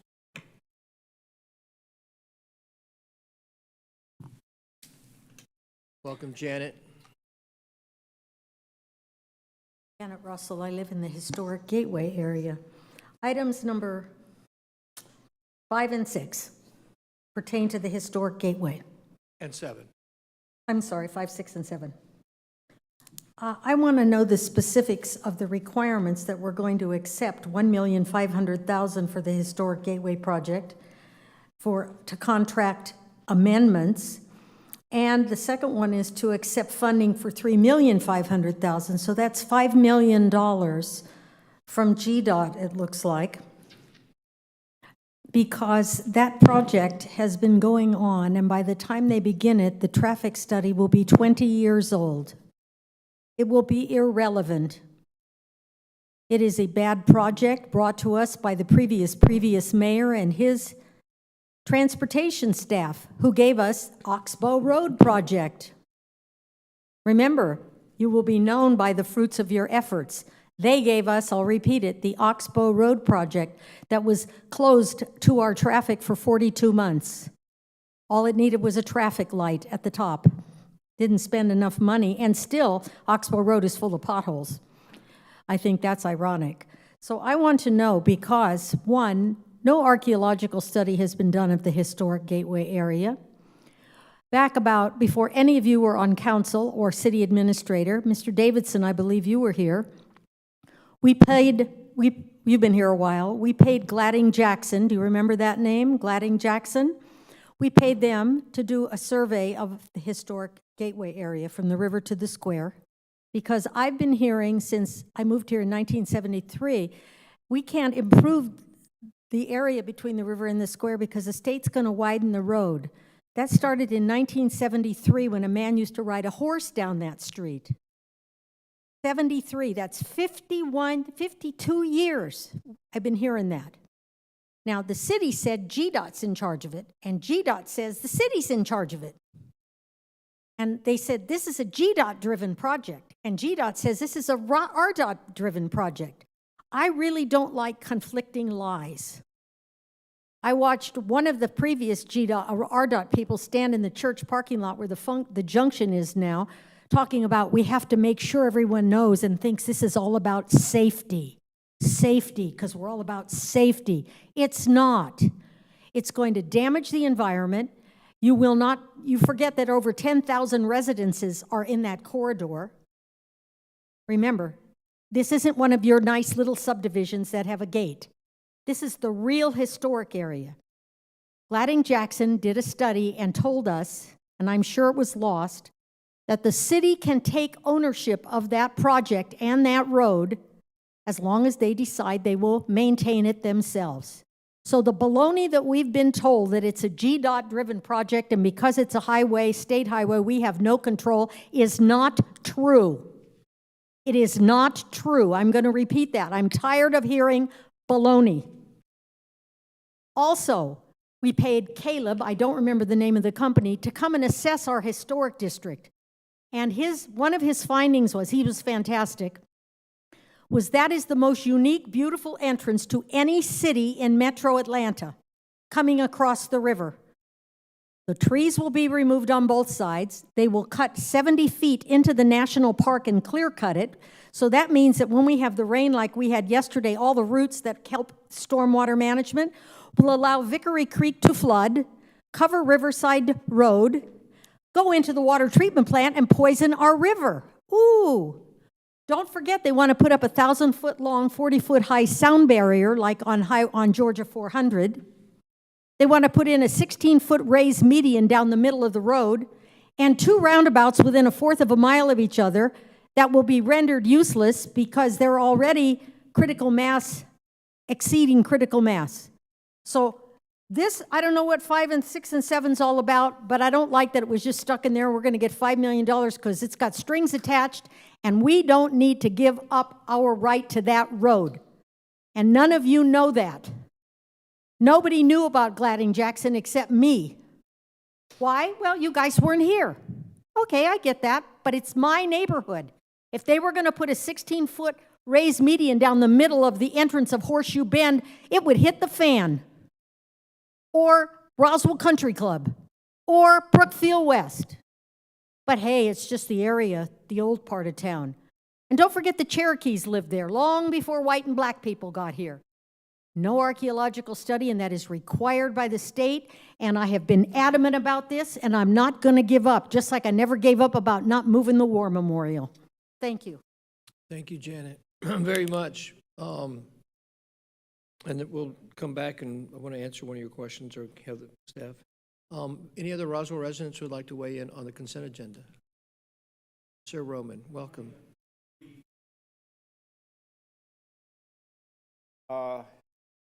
Number 2, about the garbage containers. Someone explaining what it means? Semi-automatic residential house garbage. What is it? I know only I'm moving the garbage from my house to the curb on Wednesday. This is what I know about garbage. What is this? Semi-automated. What's? Yes, sir. Any other questions? I'll get the staff to answer that question for you here in a minute. Then I was a little bit surprised.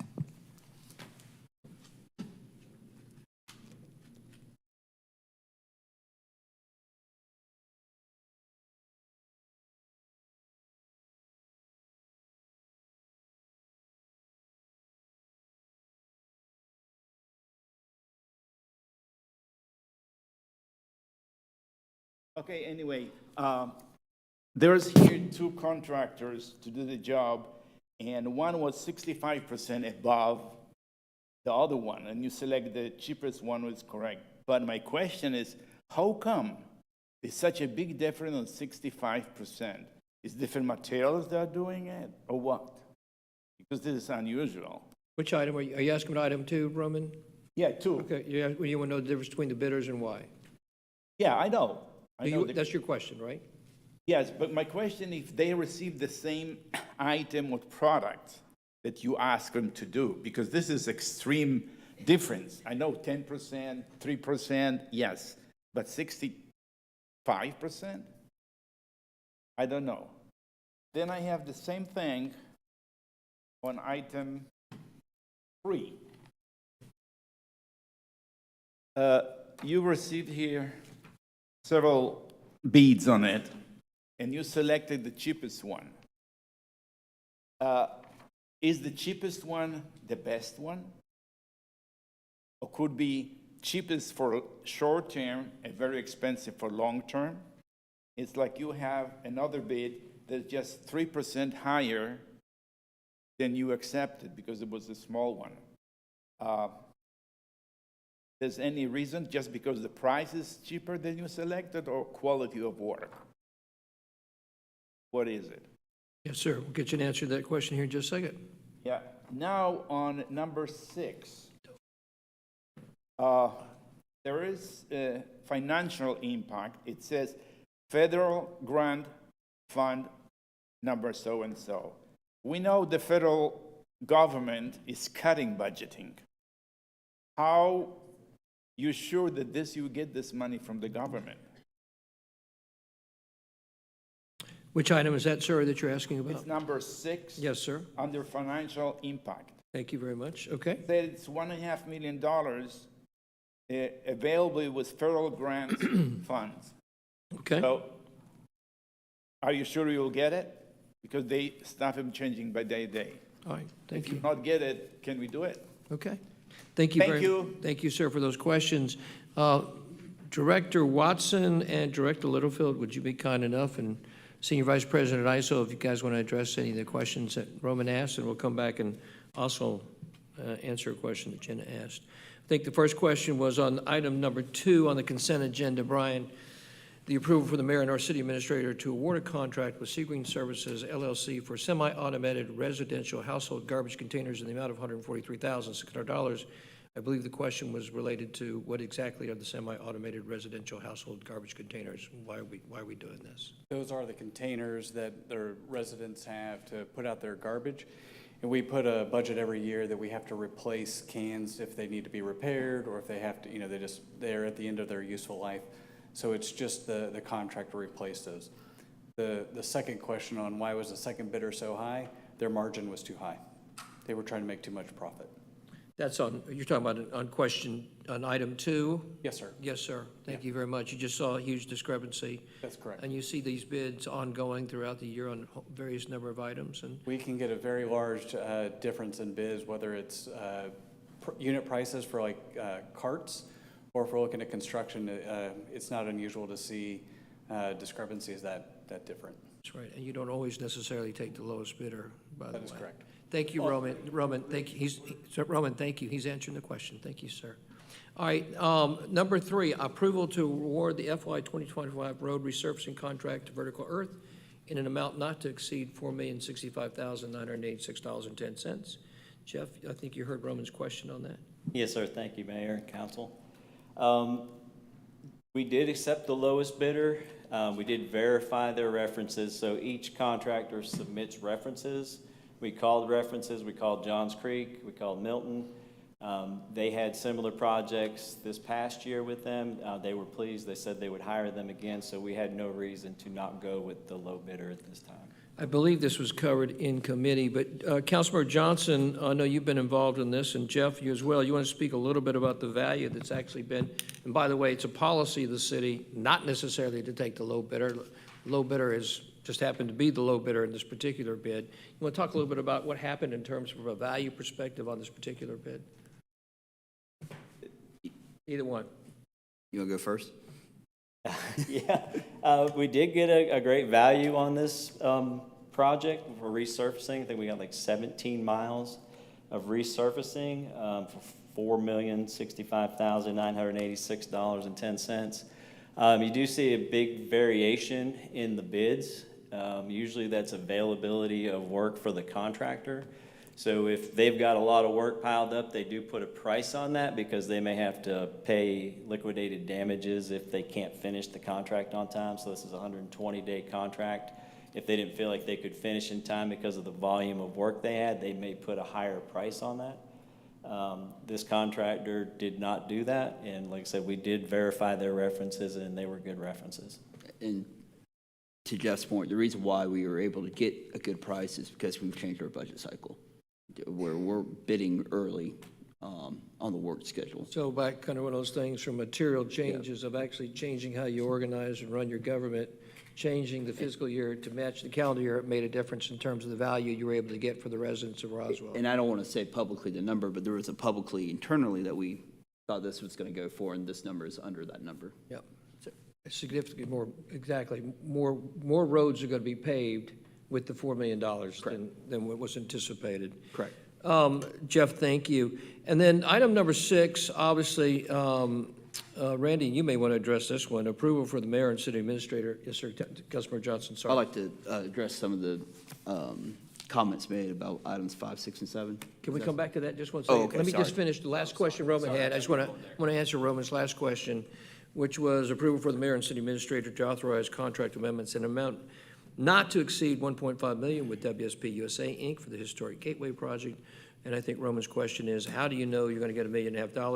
Obviously, the federal government's in some flux, so why are you so assured that you're going to get up with that $1.5 million?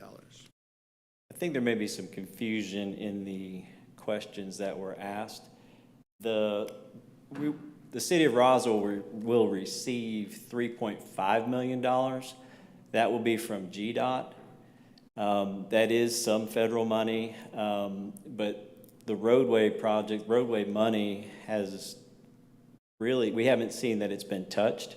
The $1.5 million, the contract amendment, is that we're asking to spend some of that $3.5 million, so up to $1.5 million, so that we can complete the Gateway project plan. So we need to still complete the foundations for the bridges. So we need to do some geotechnical work, some coring, so that we can see where the granite is, how deep it is, so that we can get the right foundations. We still need to do the landscaping plan. We need to hire an arborist so that we get the tree canopy that we desire.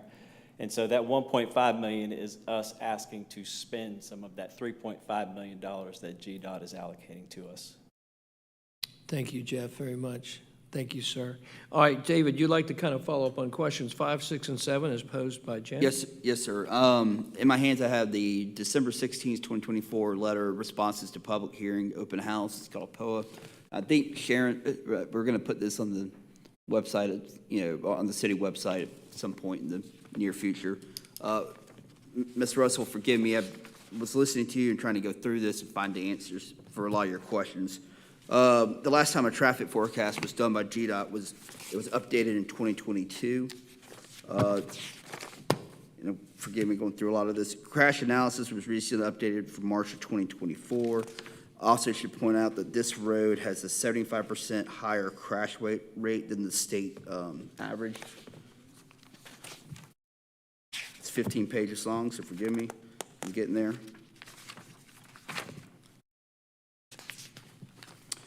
Tree clearing would have been minimized to the extent as possible.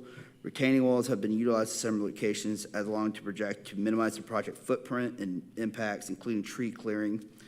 And there's a 2.59 acres permanent easement required in the Chattahoochee River Natural Recreation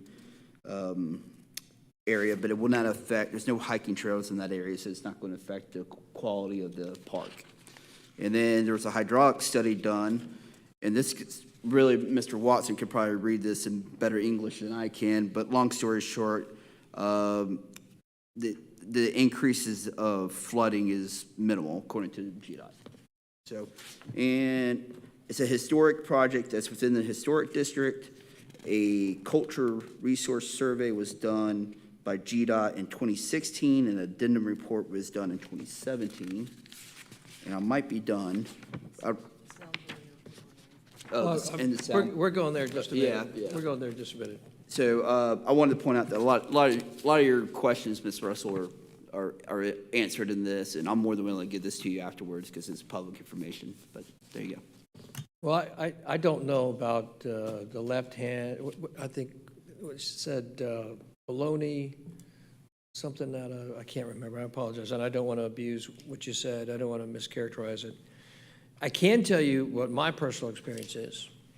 I can tell you that Councilmember Hills and I spent quite a bit of time down, along with Mr. Knighton, and along with Director Littlefield, who was not there originally. Thank God he wasn't there beginning with us in 2022. He got to miss some of the fun stuff. And we knew, Lee and I knew the mission when we came in. We were educated by people who were very against the Gateway project.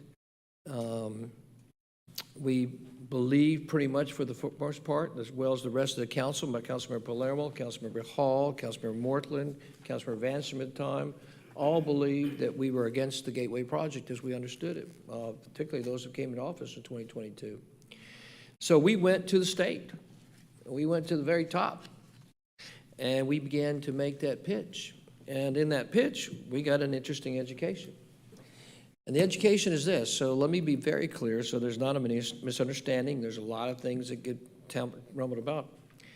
This project, the design of this since 2011 has belonged to the city of Roswell. So the city of Roswell gets to design this project, okay?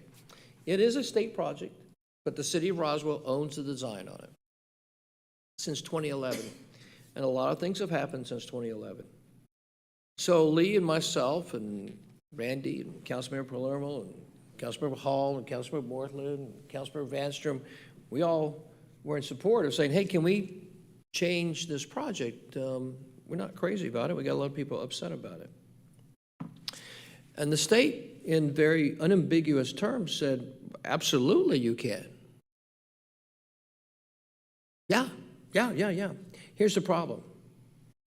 We will ultimately end up taking over the project, and you'll lose any influence of control and design. We said, okay, well, that's not so bad. And they said, you don't understand. We'll do the project the way we want to do the project. We said, what does that mean? And they kind of spoke to us in clearer terms, like, well, for us, it'll become a transportation project, moving cars from point A to point B, and we won't be concerned about traffic calming. We won't be concerned about how the impact is to the topography issues that you're concerned. We won't be concerned about sound walls. We won't be concerned about any of that. What we'll be concerned about is moving cars from one point to the other. And so Lee and myself and Christine and Will and Palermo at the time and Vanstrom at the time thought about that and said, well, that doesn't sound like that's a great option for the city of Roswell. That doesn't sound like that benefits the residents of the city of Roswell, because this project has been in consideration since '92, and there's been a lot of opposition to it.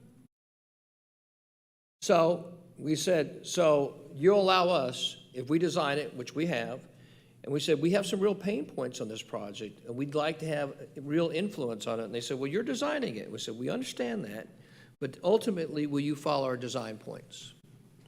And the state has been working with us on that. For example, you just heard Lee mention, there was a 40-foot sound buffer there at the corner of Riverside and Highway 9. And the state has agreed to remove that. That is gone. They have allowed us to take that out of the design. The state has been working with us on narrowing the road in certain places to reduce speed. The state has been working with us on creating certain pivot points of real cross paths across the road for real pedestrian traffic.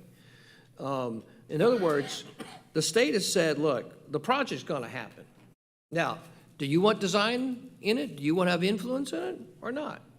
And I think we took the wise course and said, if the project's going to happen, yeah, we'd like to have some influence on it. And so, because basically we're told it's going to happen one way or the other. And I believe them. And I think the rest of my elected colleagues then and now believe that as well. That's not getting into the merits of the project, it's getting into the merits of, do you want influence on something that's going to happen in your city? So I can't answer any of the past. I can answer what I'm responsible for and what my fellow colleagues are for the last 3.5 years. So if you see us moving forward on this project, the answer is yes. We think it's in the best interest of the city of Roswell. We think it's in the best interest. I have belief and confidence in the Director of Transportation, Jeff Littlefield. I think he's an amazingly talented man. I think underneath his leadership, he's had real impact in working positively and cooperatively with the state, the GDOT. We value very much the relationship we have with GDOT and with the commissioner, Russell McMurray. It matters to the city of Roswell, not just on this project, but projects across this board. For example, Big Creek Parkway, look, and things are tied together, so forgive me for going on. I can't tell you how badly the city of Roswell screwed up, that the elected officials screwed up on Big Creek Parkway. They changed the original design that you voted on in 2016. They changed it in 2019. They gave $15 million to the state of Georgia, to GDOT, to move up the diverging diamond interchange. They changed it to what I would call an east-south project. This council came in, this elected body came in and said, hey, state, we need to change that back to the original plan that the voters voted on in 2016.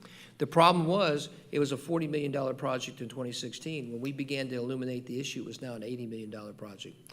So again, back to the last couple of years, we had to go find the money. And guess who helped us? Guess who gave us $15 million back, which is unheard of in government? GDOT. GDOT gave us our $15 million back. And I dare say, Big Creek Parkway, in the big scheme of things, is very important to the city of Roswell. Hugely important. We didn't have a relationship with GDOT. We weren't willing to work with GDOT. That would not have happened. So there's a level of trust that you put into your elected representatives as representatives of you to do the right thing. And we believe it's the right thing to do. We understand not everybody's happy about Gateway, but we think moving forward with a design that Roswell's highly involved in, rather than just a state-mandated design, is the wisest course of action for the city of Roswell. And we believe that. That's the course we're going to pursue. And I understand, look, people are going to come against us, and they're going to be mad at us, and some are going to vote against us, and I get all that. But we believe it's the right thing to do for the city. All right. Thanks very much. I appreciate it. I think there was all the questions and comments. Any other comments on the consent agenda? Thank you very much. We appreciate it. Is there a motion, any additional comments? Yes, sir, Councilman Johnson. Motion. Okay, give me on what? On the consent agenda. Seconded on the consent agenda. Motion on the consent agenda. Motion, seconded. Thank you, David. Thank you, Sarah. All those in favor of approving the consent agenda, show by raising your hands. Let it show that the record shows the consent agenda passes unanimously. Thank you very much. All right, next we're going to go to what the regular agenda is, and we'll go to Councilmember Hall to read the first item, I believe, on the quarterly management review. Thank you, Mayor. Item number 1, the quarterly management review, and that will be presented by our Chief Operating Officer, Mr. Don Stevens, perhaps along with our CFO, Mr. Bill Godshall. Welcome, sir. Welcome, gentlemen. The C-suite, 2/3 of you are here. We'll keep the third up here.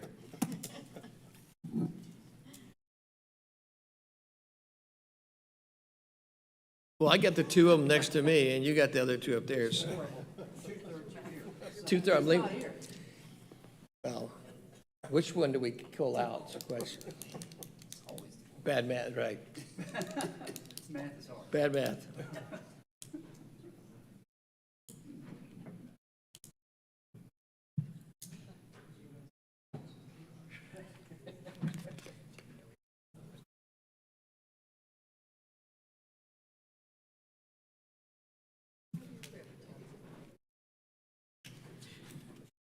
Congratulations, guys. Sorry you had to sit and wait so long. Yes, ma'am. Okay, we're ready to go now.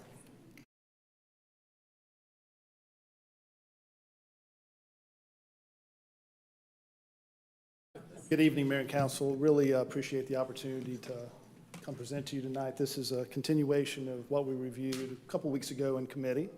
We'll try to move through this a little more briskly than we did the other night. I know it's been a late night.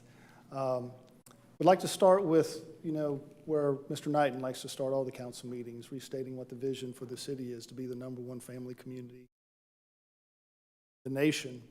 Appropriate to start there. If you recall in our leadership planning conference, Mayor, that's where you started. You started with the vision when we kicked off the planning session, the strategic planning session. You started with the vision, you restated it, and then we launched into strategic planning. We started talking about operations roadmap, strategic imperatives. We shared a number of the goals and objectives that we have set for 2025 to lead us towards that vision. Most importantly, and relevant to this meeting, we made a commitment to come back and give quarterly updates to this group on where we are with our goals, operational scorecards, financial performance, kind of a quarterly business review, a quarterly management review. And that's the purpose for tonight, is to go through the first quarter status report. I'm excited to share we've made encouraging progress in the first quarter, both in terms of goals, operations dashboard. We'll go into quite a bit of detail around that. Also, we've had, again, an encouraging start from a financial perspective, and our CFO, Bill Godshall, will go into this in much more detail. But for the first quarter, our revenues and expenses were both ahead of budget. We continue to spin off cash and have positive cash flow contributing to the bottom line. So good start. Still a lot of work to do for the year, but you always want to have a fast start to the year. I also shared in that, if you recall, in the leadership conference, I had been with the organization about 100 days, and I shared some of my initial observations and actually some of my priorities for really the first half of this year.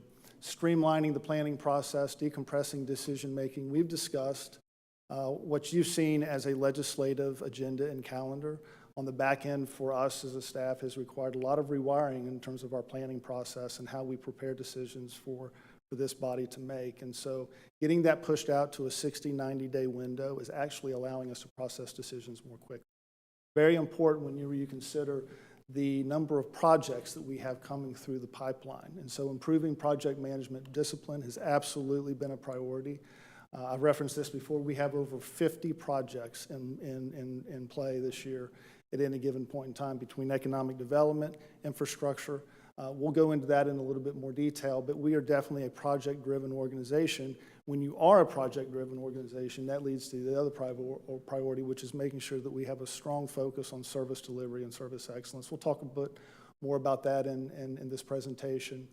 And then along those lines, making sure that the support organization, HR, finance, and those organizations are clearly aligned and tethered to operations is a key priority. Again, we'll touch on that in a little bit more, but those are some of the things that I feel like we've really made steady progress on in the first quarter. Mayor, if you recall, you kind of challenged the staff, challenged me actually, coming into the first of the year about developing more of a strategic planning approach. There's a little bit of danger whenever you don't have a 3 to 5 year kind of business plan, strategic roadmap, whatever you want to call it. If you don't have that, you tend to lean on your budget for strategic planning, which can be dangerous. That can be problematic.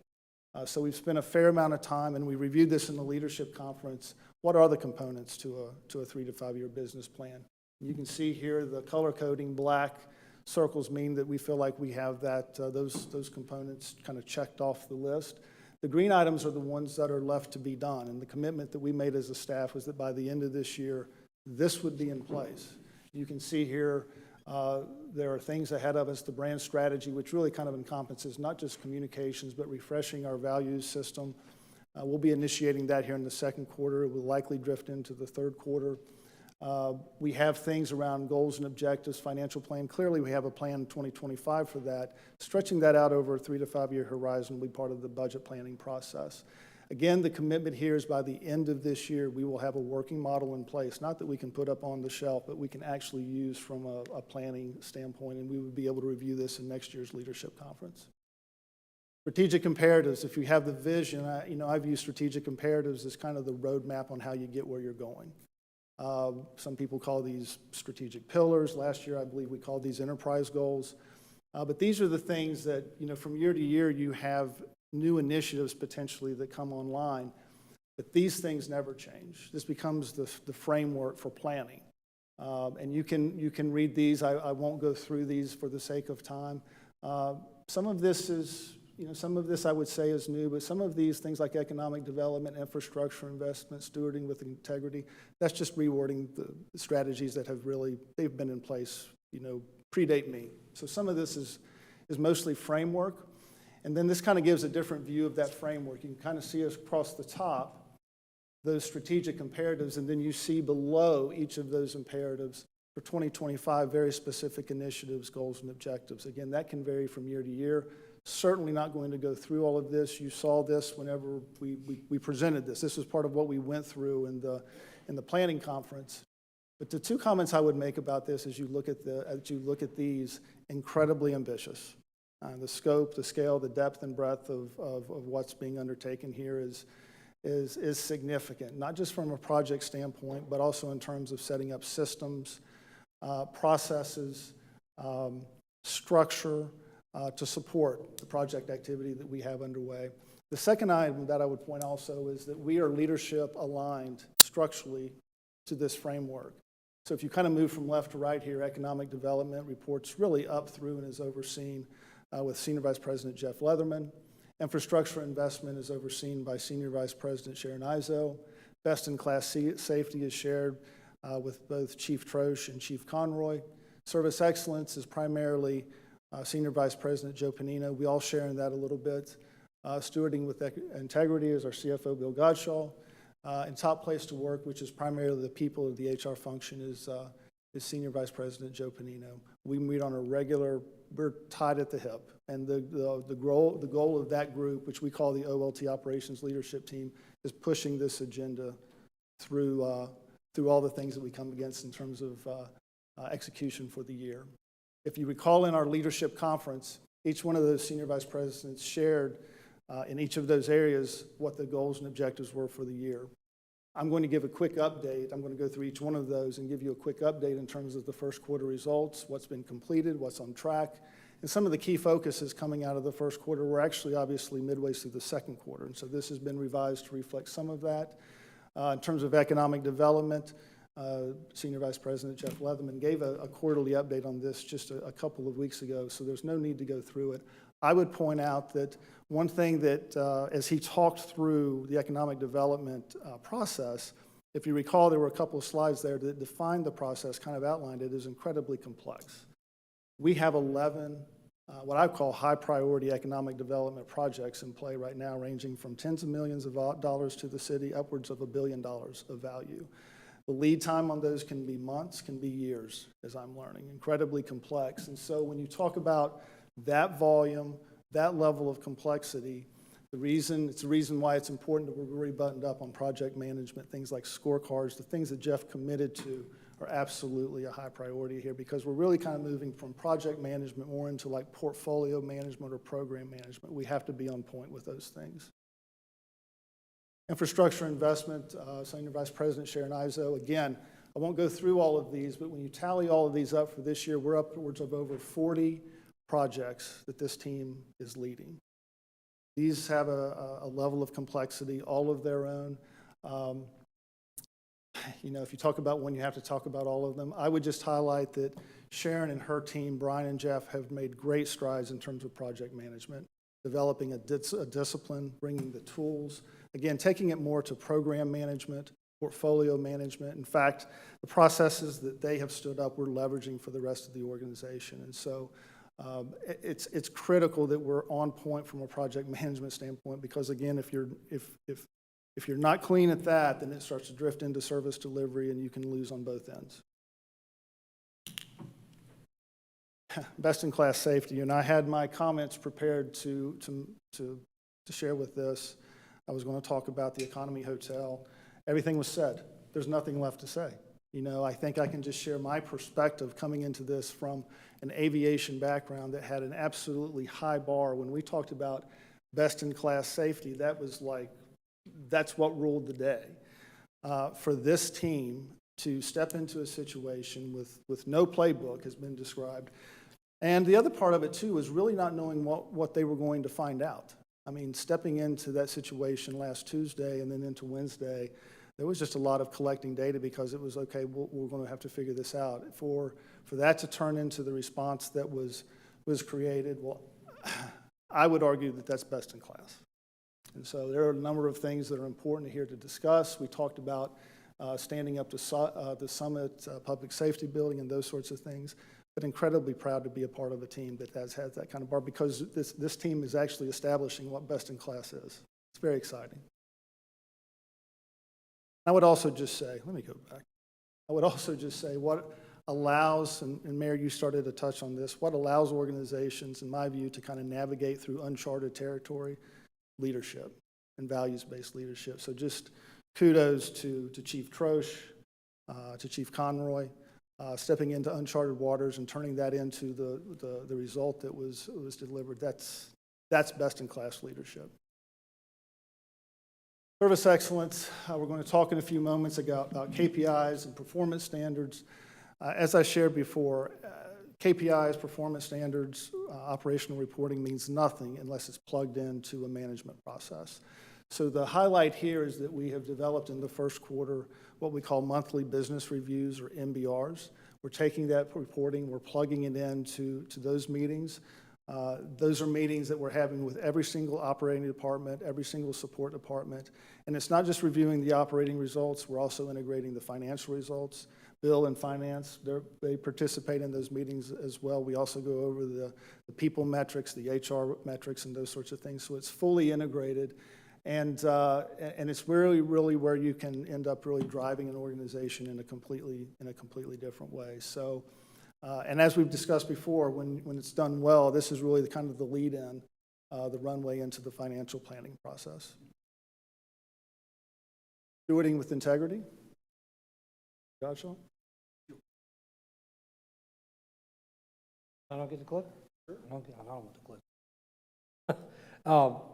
So on the stewardship with integrity, mainly the finance operations of the city, We have finalized our fiscal year '24 results and audit findings. We presented that, I guess, about a month ago to Mayor and Council here.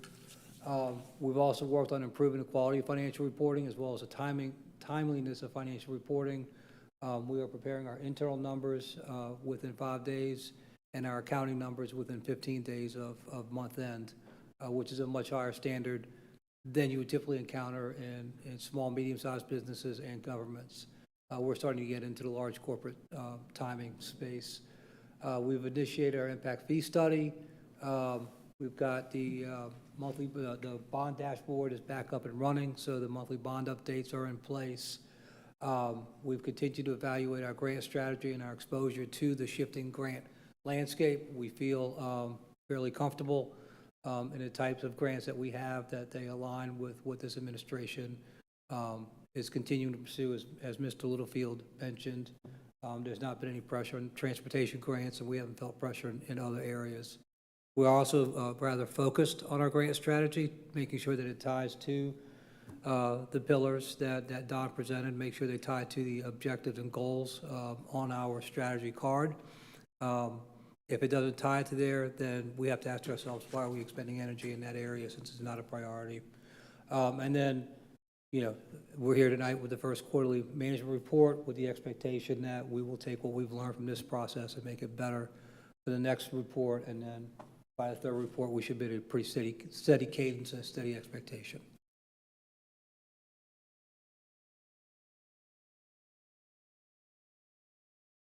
If we're going to aspire to be the #1 family community in the nation, then it stands to reason we should also aspire to be a top place to work. And so this is primarily where we would house all of our HR and people initiatives. We have a great opportunity here. When you talk about culture and scaling culture, in my view, there are two mechanisms you have in an organization to do that. One is leadership and one is your HR function, if it's the right type of organization. And I think here for us, under the leadership of Senior Vice President Joe Panino, we have great opportunity here to really leverage and enhance what we would consider to be already a strong service ethic, but also bring ethic, and then bring into that performance and results-based culture as well. Operations dashboard, and this is more kind of the COO side of it, right? Are we safe? Is our product clean? Are we reliable? Are we on time? Are we friendly? Are we responsive? In my view, there are kind of two questions that we start with when we're going through that. The first is, do we have a performance standard in place? And then the second question is, are we measuring that standard? So you see here from a safe standpoint, some of a version of the KPIs that we're starting to capture. Green represents KPIs where we have the standard identified and we have the measurement in place. Yellow represents where we have the standard identified and we're still working towards getting the measurement in place. And this is the information that really forms the basis of the MBRs that we have. You can kind of see here all of the operating departments across the top. This is safety as an area, as you would expect, that we're a little more data rich probably in this area than in others. And our opportunity here is to actually leverage this at an enterprise level and have a more strategic approach with Mr. Davidson in terms of how we approach risk management.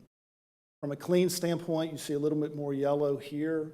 And you know, this is the reason for that is it's easy to identify the standard. It's much more difficult to come up with a measurement. You know, these are more observations, audits, those sorts of things.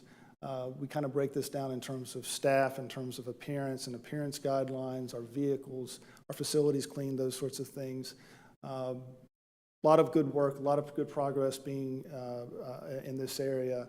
Our goal is by the time we come back to you for the second quarter report that we've completed this, and all of these are green. From a reliable standpoint, are we on time? You can see the measurements here, and a lot of good progress in terms of not only having the standard in place, but having some very specific measurements in place. I think on the community development side, we've discussed that. As I'm learning, that's a much more complex process, very interdependent with other departments.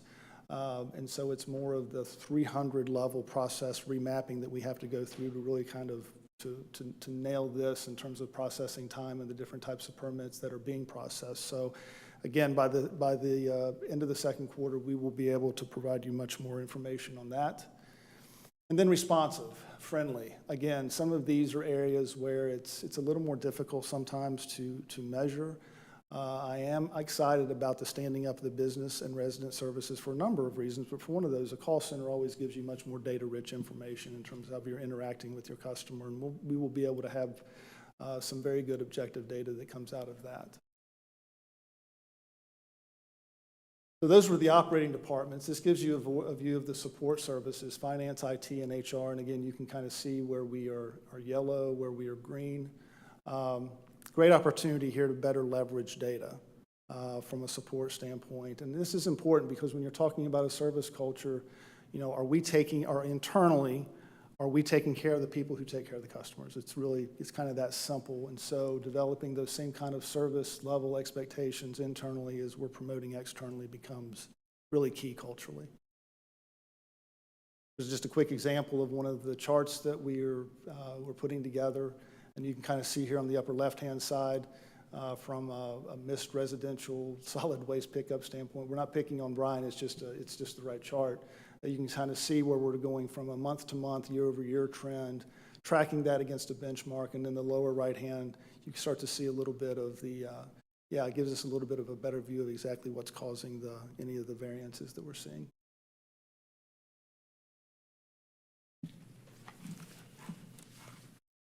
So to just quickly cover the financial results for the first quarter, on a revenue basis, we're about $500,000 ahead on a 3-month basis. Most of that is being driven by sales and use taxes.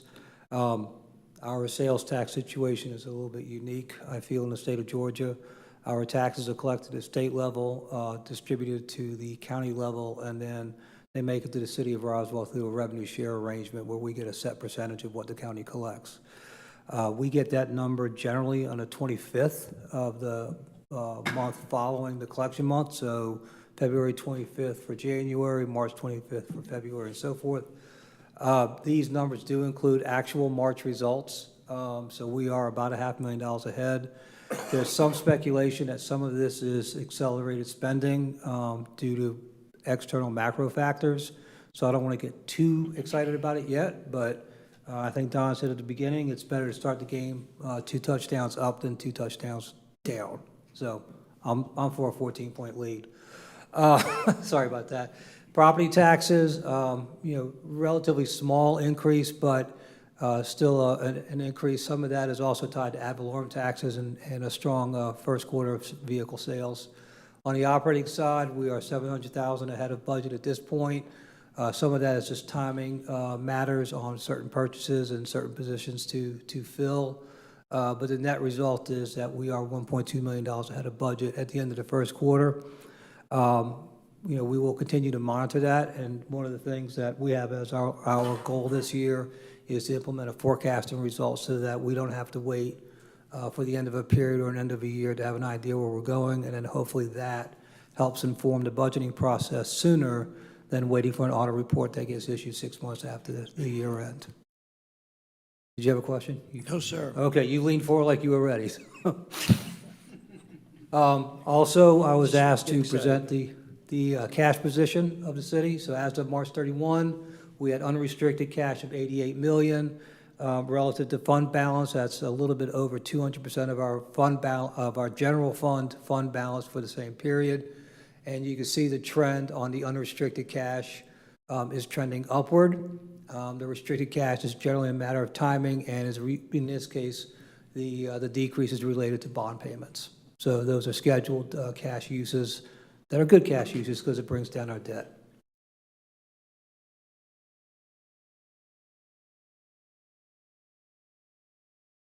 So last item, the mayor's top priorities. We've covered a lot of goals, objectives, gone through this very quickly. Obviously, we have a lot of priorities on our plate for this year. These priorities represent that if you don't do anything else, this is what's the most important to get done, right? Hence the name, the branding on this, the mayor's top priorities. The first time that I think I really started to hear this list was in this year's State of the City, Mayor Wilson, that you gave. We started kind of picking up themes and some of it was new for me, obviously, so I was kind of listening maybe differently. The very next week, we went into the leadership conference and started formalizing these. And that effort has really now kind of turned into this. So very excited. You can see since that leadership conference, not only what it's evolved to in terms of the priorities, but we've also assigned senior leaders to each of these. And also very excited to see and have council member help and support in this. As I've shared before, staff was going to take these on regardless.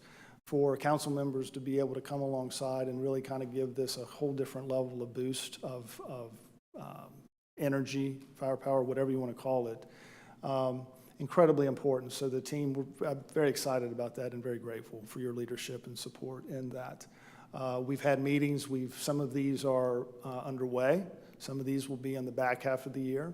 And as appropriate, updates will be provided.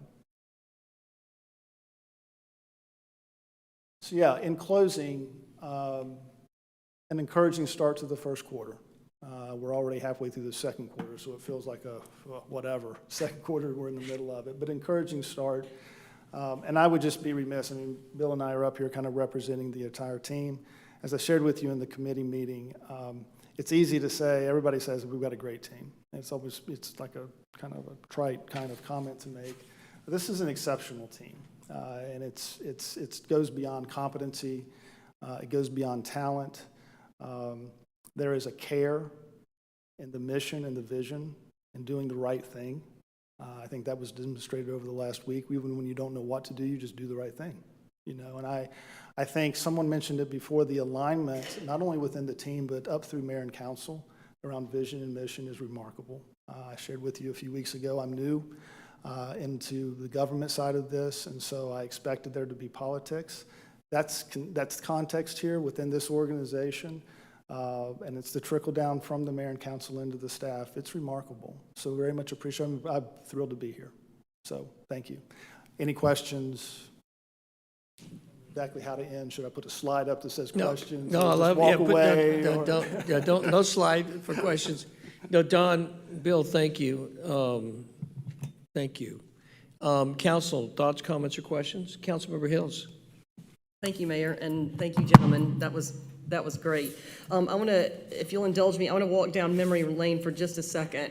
When the mayor and Will Morthland and I, and at the time Vanstrom were elected, we joined two of the three existing council members. One fell ill, Marcelo Zapata, but we joined Hall and Palermo, and the mayor had the genius for us to meet before we were sworn in. So we could meet, the four of us, newly elected, with the two. We didn't have a quorum until we were sworn in early January.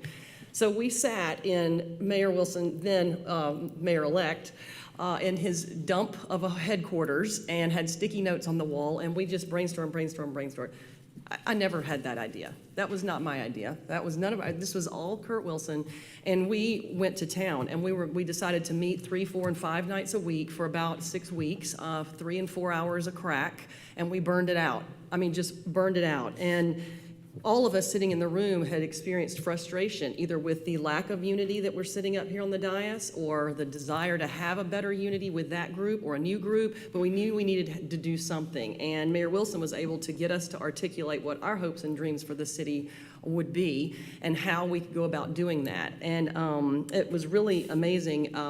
Our CEO, Mr. Knighton, said, wow, I think you used the word aggressive. This is an aggressive agenda. You said you'd never seen this level of expectation and execution in all of the cities where you've worked, and that sort of made my hair stand on end because I thought, surely this is how it gets done. But it's been unprecedented, I believe, at least in most people's lives living here in Roswell.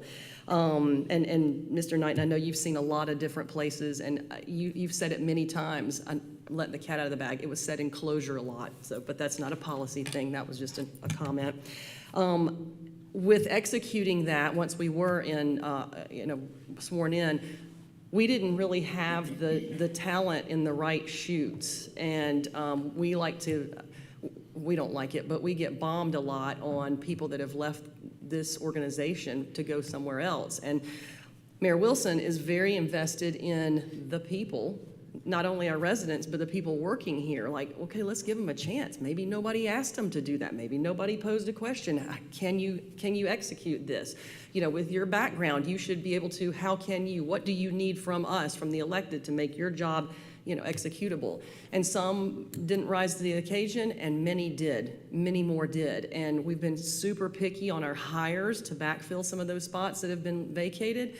But Mayor Wilson, I give you all credit on that, and we've supported. I mean, even beyond the four of us that were elected when, you know, you plus three others then, but Christine Hall was already here, and then our three newer coming in. But that's a big deal. And COO Stevens, you're one of the picky hires. You're one of them. So is CFO Goshall right here. We got picky. We're like, nope, we're not taking that'll work. We're taking high-end, highly intelligent, highly experienced individuals to come in and do a workload that hasn't been seen like this in decades. 50 projects? I mean, if anybody's listening to this, you know, that's a lot. And it also explains why we went from one deputy city administrator to now 3, which we call senior VPs. That is a massive change in how we're doing things. And I know those of you who have heard me rant and rave, and go bananas of how are we supposed to get these things done. Mayor, you're one, our chief of staff, Gazzetti is another, that has heard me say things like, I'm so frustrated because things aren't lining up. You know, when do I have to stop looking at the nitpicky things and just know that it's handled from the organization that was hired to handle these little nitpicky things? And I have sent notes to Mr. Knighton and to Mr. Stevens and a few others when something just, the dam breaks and it is just smooth as silk. And I'm like, oh my gosh, things as silly as us being apprised to what's coming up on the agenda. And the legislative calendar that you have implemented, Mr. Stevens, I can't even tell you how pleased I am. And I'm going on about it from my perspective. I know most of our residents just expect, like I do, that things just work. We've been waiting. 23 years I've lived here, and I've thought, when are things going to start rolling in the city? And I had no idea how difficult it is if you don't have proper direction in the city. And you empower the people that are talented enough to be put in director and deputy director positions and all the support team in each one of those arms in this city. That's a lot of work just to organize that. So I will tell you, I've seen a massive change in the last 2 months, and here I am in my 4th year here, and not because it just happened. This has been from December of 2021 in the works, and not even one by one. We've had droves of people within the city that have said, I'm on this team, I am part of the team, and it's pretty overwhelming in the most positive way. So tonight's update, for those of you listening, it's sounds pretty extensive, and it is, and it has a lot of pieces and parts to it that are still getting worked out and massaged out, but it is such a bright future for the city of Roswell, the way we're doing this. And Mr. Stevens, COO Stevens, I just want to give you a lot of credit there, because being an event planner, I work on a calendar in my head, whether you all know it or not, but actually seeing how each one of those benchmarks gets accomplished, it's making everyone's life so much easier and more efficient, so that when we're executing 50 projects that our residents are ready to have happen, that we can do that in a meaningful way. It's trackable, it's repeatable with some nuances, because each project is a little different. But I just want to say thank you so much. We're getting it done. We're not done yet. We're still just getting started, but it is a really fantastic snapshot of how things should be done, in my opinion. And I appreciate that you all are, all of our leadership is constantly being nimble and moving in order to make the next steps easier for the whole team, and certainly enjoyable for our residents and our visitors. So thank you. I'm noticing. Lee, thank you so much. Councilmember Sells. Thank you, Mayor. Just a quick comment. Appreciate that, Lee. That was good. A lot of that I wasn't here for. So a lot of work that you guys have done, it's certainly paying off. And as an entrepreneur and a guy who has been in the business of starting businesses for the better part of my career in private equity, the way you go from being a lemonade stand to a real company is spending time working on your business, is not just in your business. And what we are doing is working on our business. We're not just simply executing, the next ComDev question or fixing the next pothole. We're taking the time and doing the work to work on the business so that we have the ability to respond correctly at every level. And as everybody has said here tonight, we had the opportunity, the joy, the great pleasure of seeing that play out in the last week. But that's what we're doing. We're working on our business, not simply in our business. And it takes people who have the time in their day to think strategically. So we've had to reorganize, and that's what we've been doing. And you guys clearly are a part of that process. But that's the difference that people should begin to feel. We're working on the business and not just in the business. Thank you, Alan. Any other thoughts, comments, or questions from council? Christine? Yes, ma'am. Kudos and thank you to you. And this is a little bit down memory lane as well.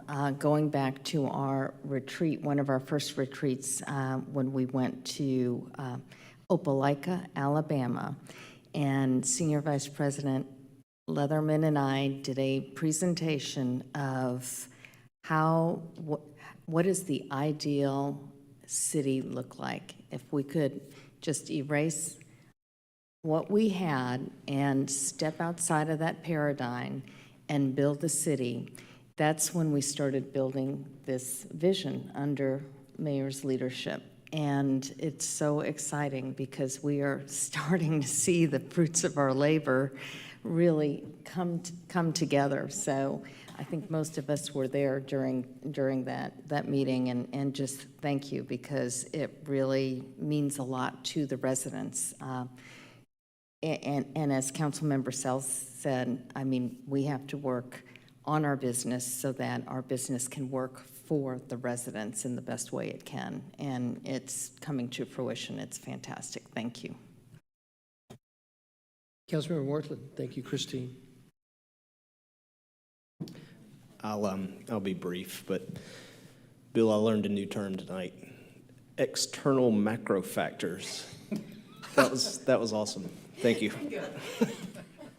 Glad to help. Will, that's all you got? David, you good? Number 2. All right, very good. I'm not going to pump any smoke up you guys, we'll come back. Thank you, council. Any other comments from any Roswell residents? Thank you. I'll bring it back. Listen, there's so much to go here. Just for the sake of time, we talk all the time.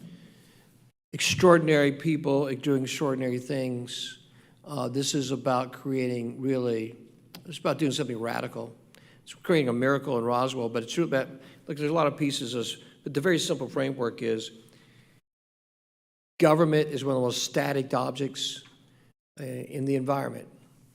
And this is about remodeling, remaking government at the local level so that it's highly responsive, highly adaptive, highly innovative, I dare say entrepreneurial, so that it really works, in the most just fundamental way for its people. And you look at the things that don't change and they get static, and government's like top of the list. So there are a lot of pieces to this equation we talk about. But one of it is to create a model to demonstrate that local government can work at a very, very high level. And it's remaking local government. There's a lot of pieces of the equation. That's why you guys, that's why we created a C-suite. That's why we created leadership below that, created white space. Rather than just, as you said, working in the business, working on the business, to really bring the talent in, to come in and do radical things that are unthinkable at the local government level. And that this city, really does its people proud, but really creates a framework for other cities to follow. And I think there's a story here that's going to be magnificent as people continue to unpack it, unfold it, and get into it. Like, if you just look at the last 3.5 years, the amount of things accomplished by Randy Knighton and this team, and by the elected leadership of this council, they're dramatic. They're so dramatic. What's the word you used, Don? It's the, you used the word today, you used some moniker, which was like there are so many things that are so dramatically already been executed. Right. And Lee's right. The truth of the matter is we're just getting started. And you contrast and that compare, like it's like radical. If you objectively look at what this city's done in the last 3.5 years, it's pretty, it's of tremendous size, gigantuan in terms of the historical record. It's really gigantuan if you compare it to other sister cities. And like I said, we're just getting started because the leadership's in place. The leadership's in place. The elected leadership has a vision. They're aligned. The organization is going to continue to mature, move at a faster rate, innovate, adapt. And it's fun to watch, and it's great for its people. And as people catch on to what's going on, I think they're getting more and more excited, and they're going to realize there's a level of acumen that's like not part usually in the government sector, particularly at the local level. So you guys are amazing. You guys are amazing. You guys are amazing. It's enough nice amazings. We'll get back to the real world tomorrow. Thank you, gentlemen. All right, Christine, Councilmember Hall. That's, by the way, that's the end of the quarterly management review. We're not voting on that. Do you want us to vote on that, Don? That was informational. Okay, we could vote on it if you want to. All right, Christine, would you read the last item, please, ma'am? Yes, item number 2, approval of a text amendment to Chapter 2, Article 2.2, Personnel, Article 2.3, City Administrator, and Article 2.4, Committees and Departments of the Code of Ordinances of the City of Roswell. This is the first reading, and it'll be presented by Dr. Joe Panino, our Deputy City Administrator and Senior Vice President. Thanks so much, Christine. I'm going to ask the Chief Legal Officer, City Attorney David Davis, to read the ordinance, please, ma'am. Thank you, Mayor. This is an ordinance to amend Chapter 2, Article 2.2, Personnel, Article 2.3, City Administrator, Article 2.4, Committees and Departments. Now therefore, the Mayor and Council of the City of Roswell, pursuant to their authority, do hereby adopt the following amendment. Chapter 2, Administration, Article 2.2, Personnel, Article 2.3, City Administrator, and Article 2.4, Committees and Departments of the Code of Ordinances of the City of Roswell, Georgia, is hereby amended and replaced with Exhibit A, which is attached hereto and incorporated herein by reference, and if approved, this is the first reading. Thanks, David. Welcome, Dr. Panino. Thank you so much. Very sorry about your family's loss today. Thank you. How do I get this up here? That? PC2. Here? That's what I'm at.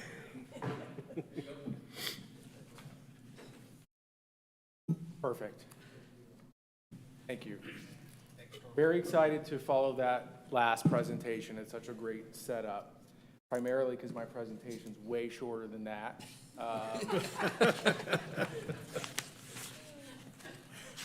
But also because of all the data and the key performance indicators and just this conversation of really just operational efficiency and how good governance works.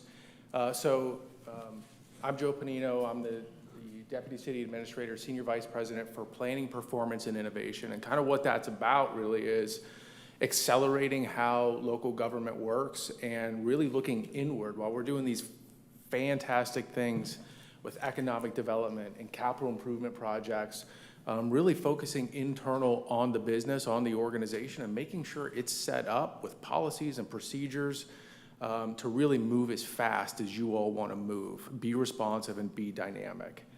And sometimes what that means is we have to look at our ordinances and all these things that the city has developed over years and years and years and make sure that we are adapting them to the direction that we are going as a city to make sure that we can be responsive to our citizens and our business owners. Many weeks ago, when I was the fire chief, as you know, I worked on several ordinances, one being the fire ordinance and one being the emergency management ordinance. And again, Really, the philosophy is, how do we make the ordinances more streamlined, easier to understand, shorter, and make it to where our staff, our talent can really be responsive to the citizens, and that's what we're doing here. So not only are we looking at streamlining and efficiency, but really what you're going to see in these ordinances is, I think they resonate, the trust that you all have in staff and that delegated authority and decision-making to do what's right for the citizens, as we saw this last week. So just some general overviews for these ordinance revisions. It clarifies roles, defines the roles between the executive and the legislative responsibilities, policy versus executing on policy, modernizes language, reduces the ordinance lengths by about 3 pages. It aligns us regionally with our sister cities. It strengthens innovation. It continues to advance our reputation for being modern and efficient when it comes to good governance. It empowers staff to make decisions and execute on behalf of businesses and our citizens. And it also preserves your oversight when it comes to key appointments and policy direction as the legislative body. So we'll start with Article 2.2, which is personnel. We'll start with personnel manual. So what we're doing with this ordinance is proposing that we move the personnel manual, really an internal human resources manual that we refer to as staff, out of the purview of mayor and council and under the purview of the city administrator.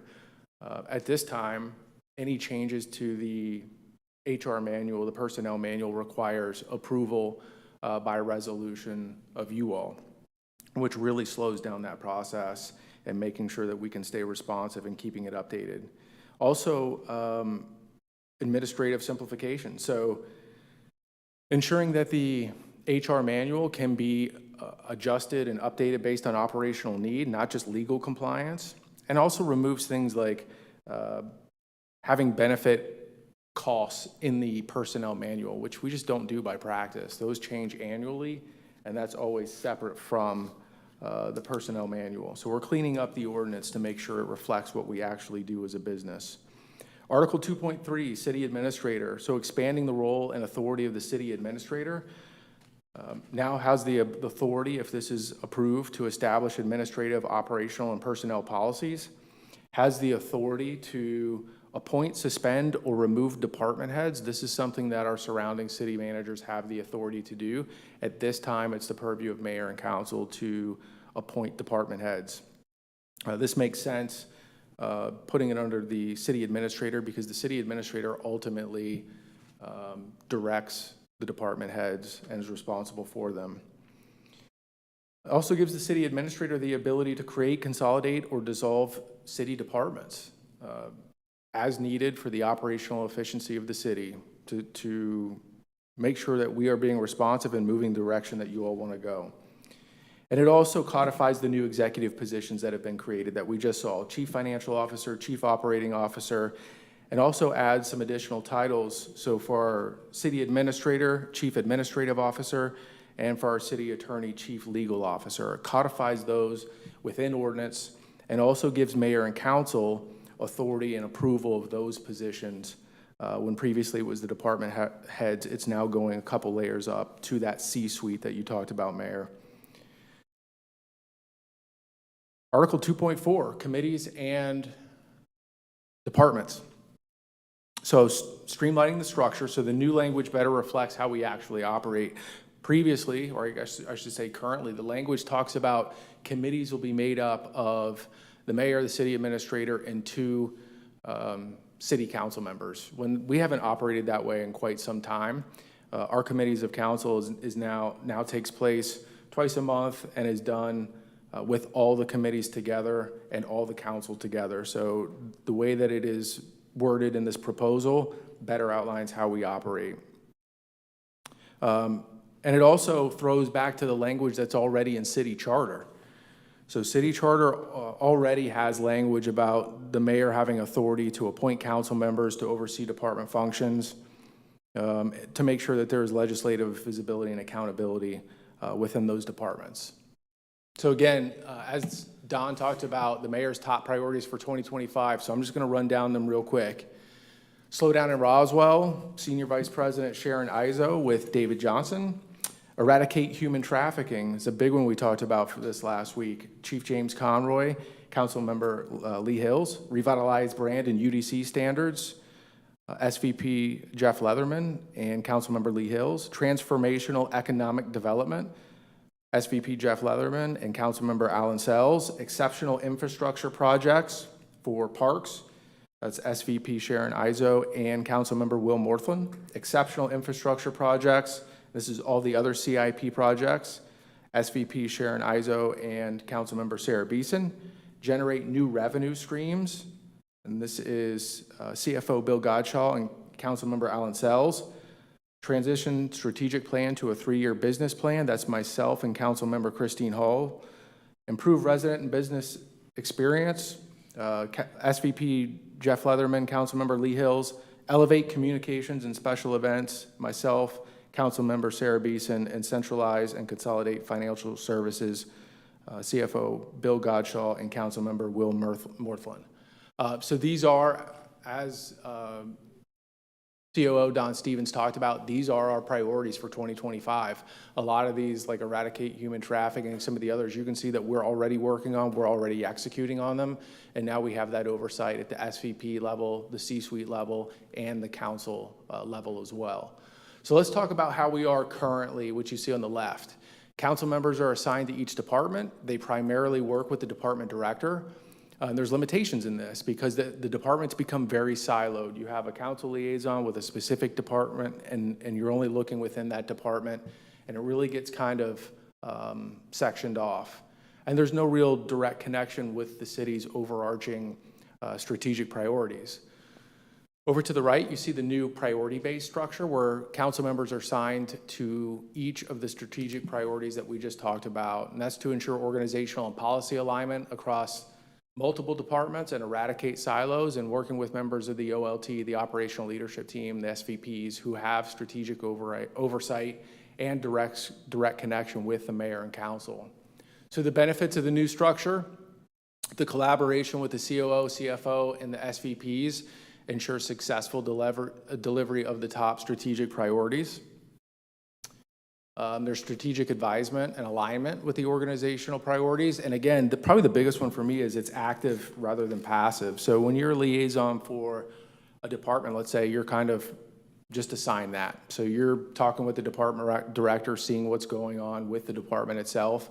But now, with this new structure, it's very active, it's action-based. So we have the mission, we have these priorities, and there's KPIs and everything else wrapped around these. So it's not just static, sitting back, waiting for something to happen. It's working with the SVP and the C-suite to make sure that we're delivering on these priorities. And it breaks down silos, making sure that there's communication across departments, across the organization, and then making sure that there's periodic updates to the mayor and quarterly updates to the mayor and council as well. So to wrap this around some of our strategic imperatives, service excellence. It modernizes our internal structures, eliminates procedural delays, and improves responsiveness to our residents and our businesses. It streamlines approvals and clarifies operational authority for coordinated service delivery. From an innovation standpoint, it empowers your professional staff with clear delegated responsibilities to drive performance. It aligns internal governance with modern municipal management standards to support continuous improvement, like we saw with these KPIs that we're doing on a monthly and quarterly basis. Of course, it preserves accountability and maintains your authority over executive appointments, budgeting, and then all the major policy decisions. And I'll also say that it in the long term, strengthens financial stewardship. And we have some statistics in here about the amount of waste that happens in government when structures are too rigid and there's too many approval processes and too much bureaucracy when it comes to getting things done. That's all I have for you, and I am here to answer any questions you might have.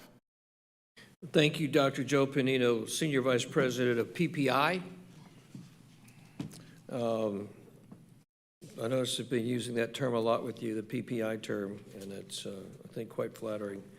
But I'd like to ask council if they have any thoughts, comments, or questions for Dr. Panino, Senior Vice President of PPI.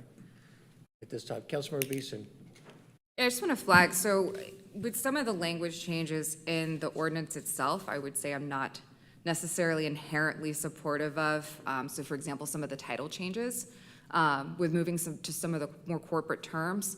But that said, I would like to have a more larger focus, at least on my end from where my vote comes from, on what it really accomplishes. Because I think the ordinance updates overall are really needed. It's to reflect more so the way that we currently operate and not an outdated mechanism that we don't follow anymore. But being able to streamline the operations, to be able to improve the responsiveness, and to be able to eliminate a lot of that waste just in the ordinance itself, I think is more largely helpful, and why I will be voting for it. Can I give you a thought, and this is not worthless, and I want to hear everybody's thoughts on this. It's funny, we've done a little memory lane today, and I'll give you a memory lane one. I don't remember what committee it was. It was my second or third committee meeting. And I'm sitting in there, and I'm seeing sorry, Jeff, forgive me for this, Jeff, Senior Vice President Jeff Liberty. And in come a couple of Park and Rec guys. And it's a committee meeting, it's like, you're asking us to. Oh, was it lawnmowers? Yes. Yeah. Oh, we all remember lawnmowers. Yeah. I'm just saying, and to that point, it's like, it kept unpacking, like, what in the world is the elected body involved in such minutia on the operational activity of the city? And so it's kind of like inherited. It's like, still acts like it's a 10,000 person town, you know, where the elected body is involved in all these operational decisions. So we've been unpacking that for 3.5 years, continuing to unpack it. Look, I believe, and I think that that's the charge of our leadership, is that we're responsible for policy, right?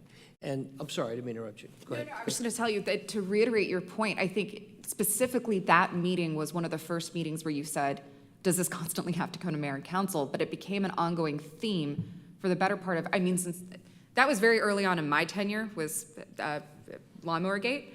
But I didn't realize it was a gate. But that was the first time that you provided staff with the feedback of, why does this constantly have to come to us? Because it holds up mayor and council, because we have larger things that we're trying to address. And I know that became a drumbeat that you consistently beat, but I will give Dr. Pino to his credit. In the few months that you've been here, that was one of the first things that you've tackled, was addressing an ordinance change that you don't have to keep asking the redundant question of, why does this keep coming to me? Exactly. So to my point, it's a larger picture of what it addresses and why it's effective. Exactly. That's well said. So I didn't know it was a gate, though. That's cool. Lawnmower Gate. That's kind of. Is there another title for it? No, I thought it was long forgotten, but evidently. Council, yes, sir, Councilmember Sells. Thank you, Mayor. I'm looking at I want to go back to something you and I talked about, and that is what we are preserving for mayor and council to approve.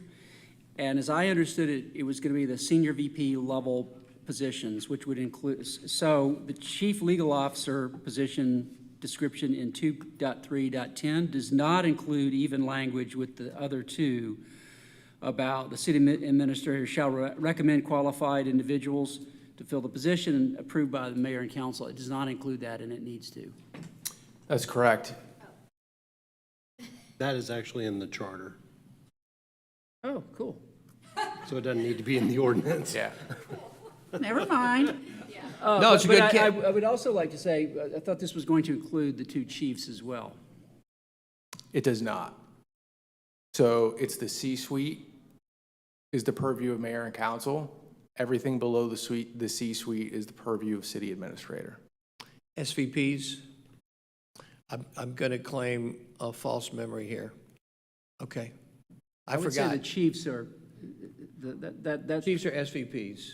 That's right. Chief of police and chief of fire are SVPs, so they fall outside, they fall in the purview of the C-suite making that decision, starting with the CAO, Mr. Knighton, who's ultimately has that authority. Yes, sir. And the authority of the mayor and council underneath this provision is to hire anybody in the C-suite, CLO, CFO, COO, and CAO.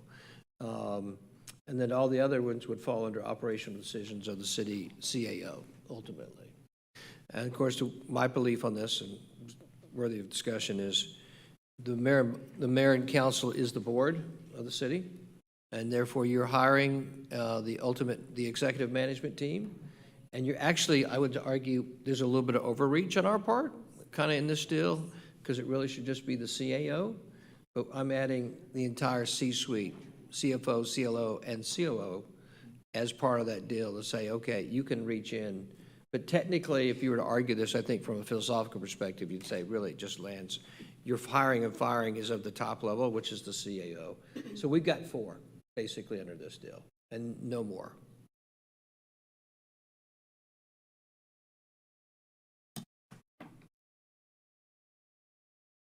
My recommendation, but. Okay, fair enough. Well, I mean, look, it's your deliberation. You guys, ultimately do what you want to. Yeah. Right. It is the first reading. Okay, fair enough. Yeah. First reading, right? Yes, Okay. yes, sir. And by the way, are we going to do anything about the PPI term, or are we going to leave you as SVP and PPI? I had a different term that was vetoed. I'm happy to rediscuss that. I like the PPI term. Yeah. Any other thoughts, comments, or questions from council on the first reading presented by the Senior Vice President of PPI? Oh, thank you. Oh, Councilmember Morthland, sorry.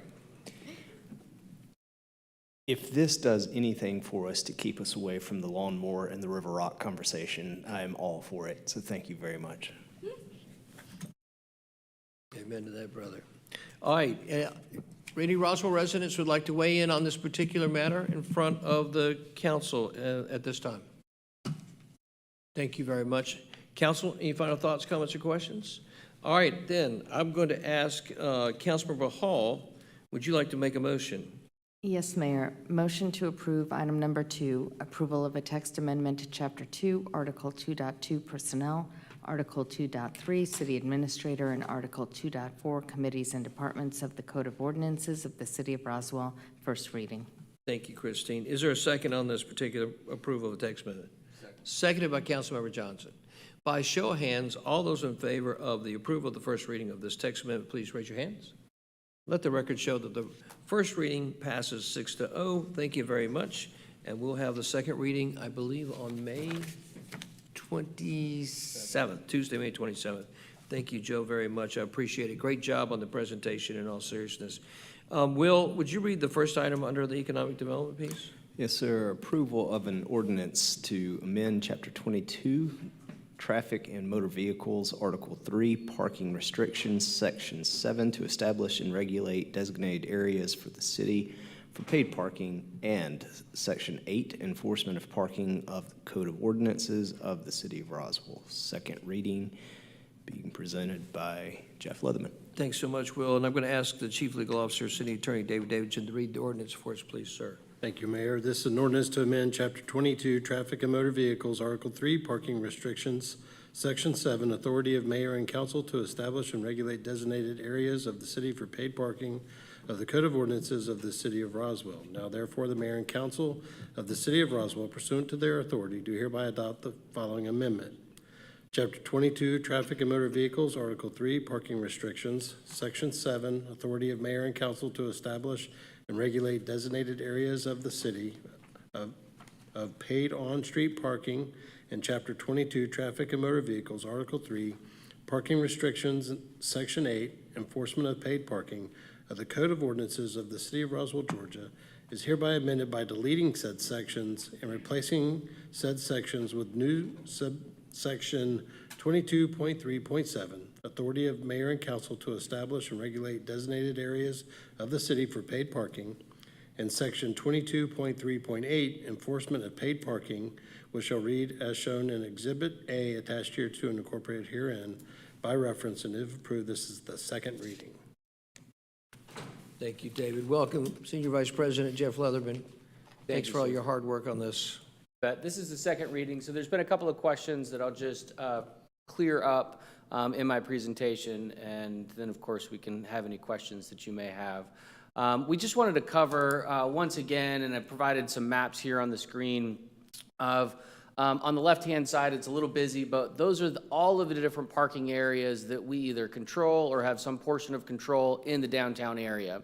The two maps on the right-hand side of the screen include 71 spaces. That is what we are talking about tonight as it relates to paid parking in the downtown area. So out of About the 1,011 spaces that we have either managed or controlled here in the city, we are just dealing with 71 spaces.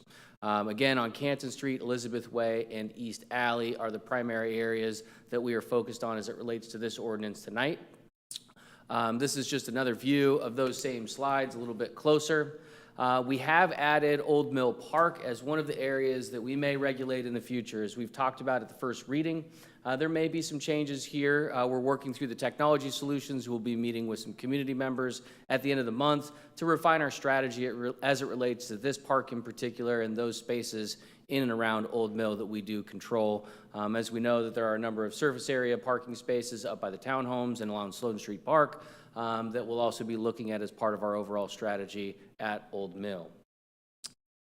This is a city ordinance change, as Mr. Davidson has gone over. There are 3 resolutions behind this. I will take the ordinance change first and see if there's any questions, and then once the ordinance, if you choose to pass it, is in place, we have 3 additional requests related to resolutions that we would like passed. That gives us the ability to charge for parking, to establish the fee schedule, and also the locations in which we would like to charge for parking. But since this is just the first item, I'll stop there in the presentation, and then we could move to the resolutions should you choose to pass this ordinance and ordinance amendment. All right, just for clarity, you're asking the council on the second reading to basically, one, enforce where there's already charge for parking inside the city of Roswell. Yes, sir. And that's 78 spots. That's correct. That's Elizabeth Way, that's Canton Street, and East Alley. And East Alley. Those are the 3 locations where the city's currently charging for parking, just not enforcing. That's correct. So you're asking the city council to say, I'd like to start enforcing that, please. That's correct. And then the fourth piece of that is I'd also like the ability to potentially do that at Old Mill Parking. I'm working on a solution right now that I got to get the technology piece solved, but I would like to be able to add enforcement to Old Mill Parking, to Yes, the sir. Old Mill Park as well. Yes, sir. That's what you're asking the council to approve tonight on the second reading. That's what I'm asking. And the second thing is, you want to put a $20 fine in there.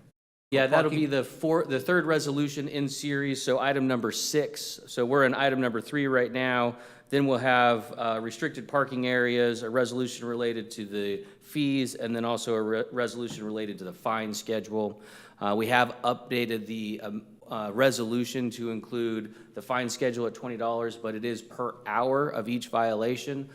We had some clarity between committee and first reading that we wanted to have the authority to be able to do that per hour if necessary so that we can deal with any egregious violators of our downtown parking area that are taking up space and blocking areas that our businesses would need to Is support. anything you're presenting tonight in these resolutions have to do with parking at the parking garage that will be ready for the city on May the 8th, 2026? No, this has nothing to do with the Green Street parking deck at all. Does this have anything to do with parking anywhere outside of Elizabeth Way, Canton Street, and East Alley, and potentially Old Mill Park? No, sir.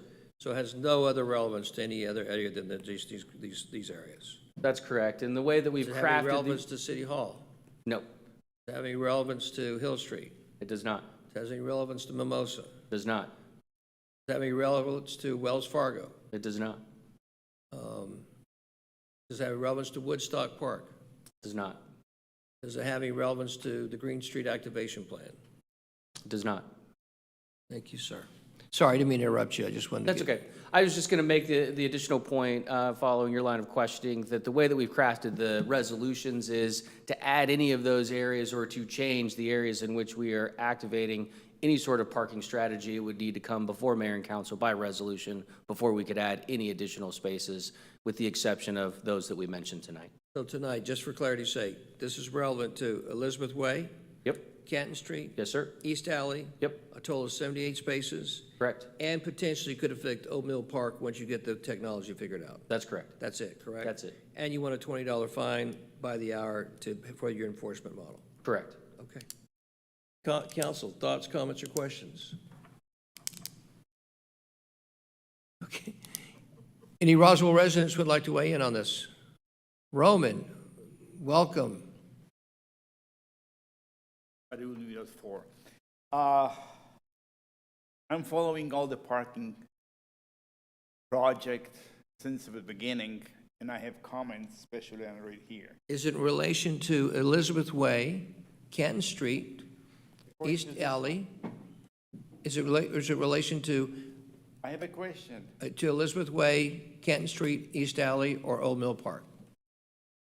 I believe it is. It's your, yep, I print out this from you, so I believe this is what it is. In relation to Elizabeth Way, Canton Street, East Alley?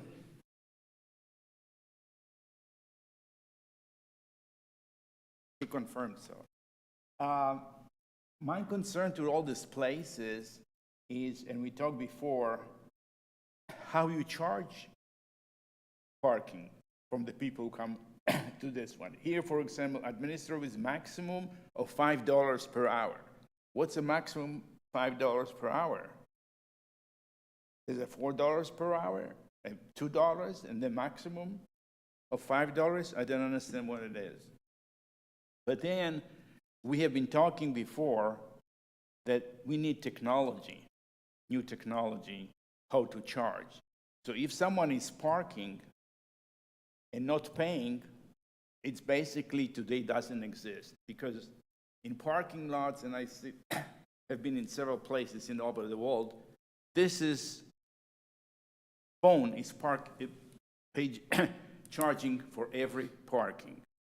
The phone can dedicate which number you are parking. You're paying the $5 for 1 hour, and then it's coming back to your phone. Sir, you have still 10 minutes. You want to stay longer? Pay another $5 or whatever it is.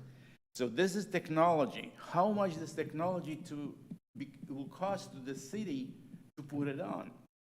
For example, during the night, you need to have a camera and you have a light. Because if you can go to YouTube, you can see people are stealing your wallet if you want to pay to machine or credit card. Therefore, we have parking lot in the hospitals, everything, you're going through your window and paying. So my question is, what kind of technology you will use for the parking? This is now in Europe, number one. Yes, sir. So what you're going to do with that? Yes, How sir. So $5, $20 doesn't mean anything if you cannot pay for it, or Yes, you don't sir. know how you collect it. Thank you, Roman. I'd like to have a Yes, sir. short answer. Let me see if we can get you an answer for that. Yes, sir. Jeff, would you be kind enough to answer Roman's question? Yeah, since 2019, we've had the technology in place to charge for parking. That technology will remain and continue to be used. The challenge that we've had since 2019 is we haven't had the enforcement mechanism in place to enforce parking. As we talk about technology solutions for Old Mill Park in particular, we want to have a much more, I would say, elegant and strategic approach to Old Mill Park. We want to understand that, it is a location that we want residents to be able to enjoy, and so distinguishing between residents and non-residents, or perhaps having a little bit different parking model that is not a one-size-fits-all model that we currently employ down on Canton Street, is something that we want to understand and have a little bit better, I would say, higher level of understanding of what our options are before we tackle parking-related either charges or not charges or strategies for Old Mill Park in particular. It's really two different strategies altogether. The first on Canton Street is about supporting our businesses. It's about supporting businesses being able to turn traffic in the front of their stores. And as we relate to Old Mill Park, it's about how do we provide access to a community and neighborhood park as well as a high destination park for our residents, with a really, really small parking lot comparatively to the volume of people that we see in and around that park and that facility. And so the same technology can't be deployed that we're using on Canton Street for the same solution that we're using down at Old Mill Park. Jeff, thank you. Thank you, Roman, for the question very much. Any other thoughts, comments, or questions from Roswell residents? Thank you so much. Appreciate it. Bring it back to council for any final thoughts, comments, or questions on this matter. There are none. So I will ask, thank you very much, Jeff, for your presentation. Thank you for all your work on this and for your work with the downtown Canton Street businesses as well. Councilmember Orthman, would you like to make a motion, sir? Yes, sir. Motion to approve An ordinance to amend Chapter 22, Traffic in Motor Vehicles, Article 3, Parking Restrictions, Section 7, to establish and regulate designated areas of the city for paid parking, and Section 8, Enforcement of Parking of the Code of Ordinances of the City of Roswell. And it is the second reading.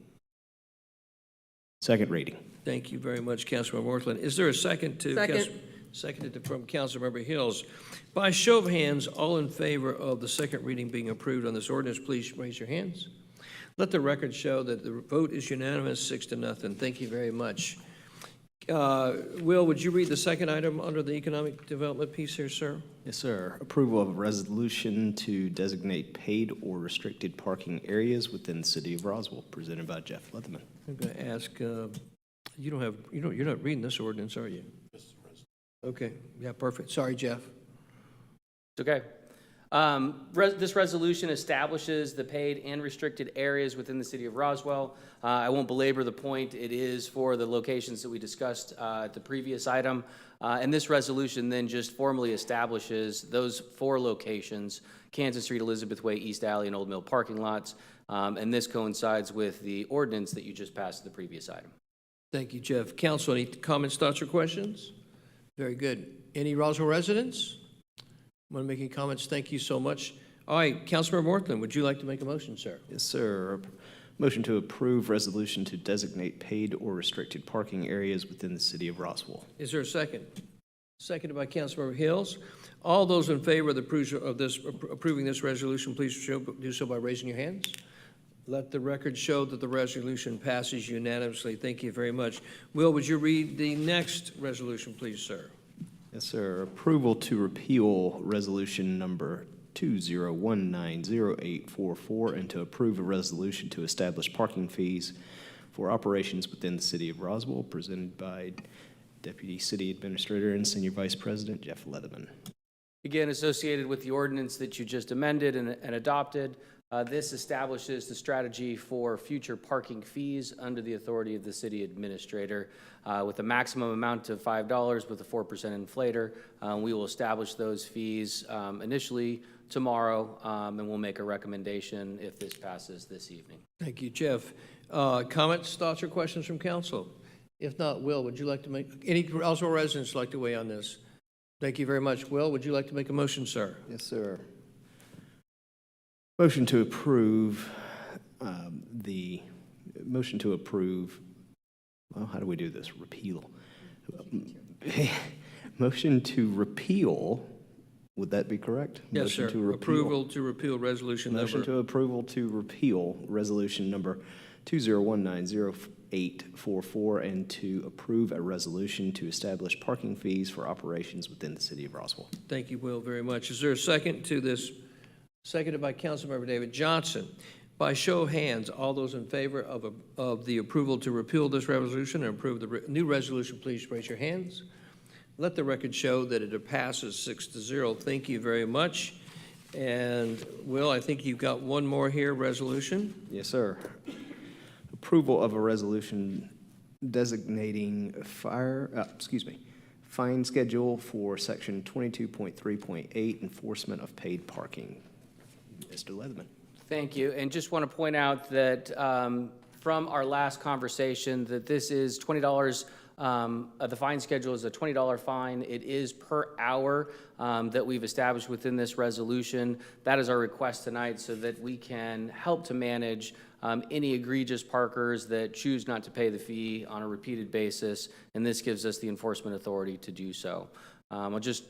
Final comment is I want to thank you for allowing us to go through these 3 different resolutions. I know it feels a little bit arduous to kind of have them broken up this way, but the strategy really is about in the future, if we need to come and make any amendments or adjustments, they're broken out, so it'll be much simpler and quicker to be able to do in the future. So thank you for indulging us on breaking these up, should you approve this 3rd one as well. Worth the time to do it. Thank you, Jeff. Any thoughts, comments, or questions, council? For Jeff or on the matter itself? Thank you very much. Any Roswell residents who would like to weigh on this particular resolution? Thank you so much.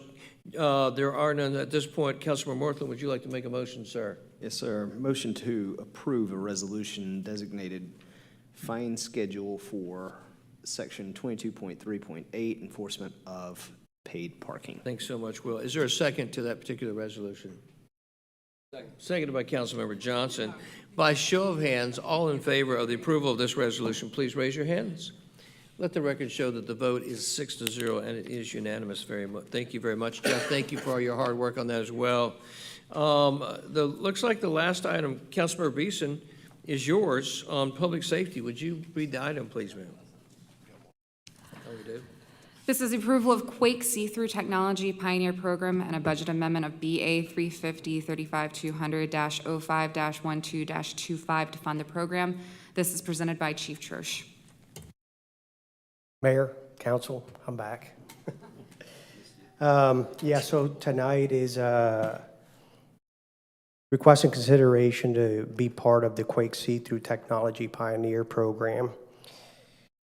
In alignment with the City of Roswell's strategic focus on best-in-class safety and operational excellence, the Roswell Fire Department has been selected as one of only 10 agencies nationwide to participate in the Quake Technologies exclusive See-Through Pioneer Program.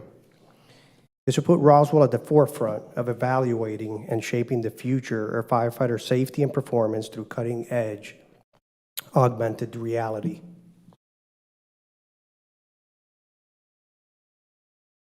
Mayor, you went down memory lane, so I think I'm going to go down memory lane for just a second. I remember sitting in your office as a deputy chief with Dr. Panino, and you made a comment after something that we presented, and you said, who made them being the authority over the fire service in what we were presenting. You said, who made them the authority? And what's RFD going to do that hasn't been done in the fire service in the last 100 years?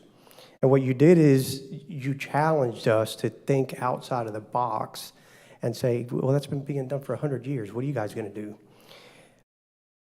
While transitioning into a full-time department, thank you for that, and putting a 4896 with a later start time, and the data-supported initiative to do traffic preemption, we continue to shatter ceilings because of that comment that day, that challenge to say, what are we going to do that hasn't been done in 100 years? So here's what we're doing today. To put this into perspective, July 1, 2024, the Department of Homeland Security, Science and Technology Directorate announced that interested fire departments across the country can apply to test an innovative new fire and safety tool. This is the first time that the Department of Homeland Security has done this and partner with an agency like that. According to FEMA, there are 27,068 fire departments listed in the National Fire Registry. You can wrap your mind around that. 27,068 departments. The Roswell Fire Department was one of approximately 80 departments selected for that program. In 2025, Quake developed a pioneer program for 10 progressive and innovative fire departments. Roswell was one of the 10 nationwide selected, why I'm here tonight. It's very important to note that everything that I mentioned and much, much more that has happened under the leadership of the mayor and council that we have here has put the Roswell Fire Department in the national spotlight all over the country for the things that we're doing here. Thus, why we're being one of 10 departments in the country selected for this pioneer program. So what is this program and what is this technology? What I have on the screen on the left-hand side is the helmet. The helmet is state-of-the-art technology that's attached to it. And something very important, I'm going to talk about the augmented reality that it's going to present, but something very important as I go through this is it is capturing all of the data, and it's using AI technology to give us feedback on everything that we do. So everything is captured in this technology, and they're using AI analytics to provide us feedback on how we can continue to improve, enhance our operations.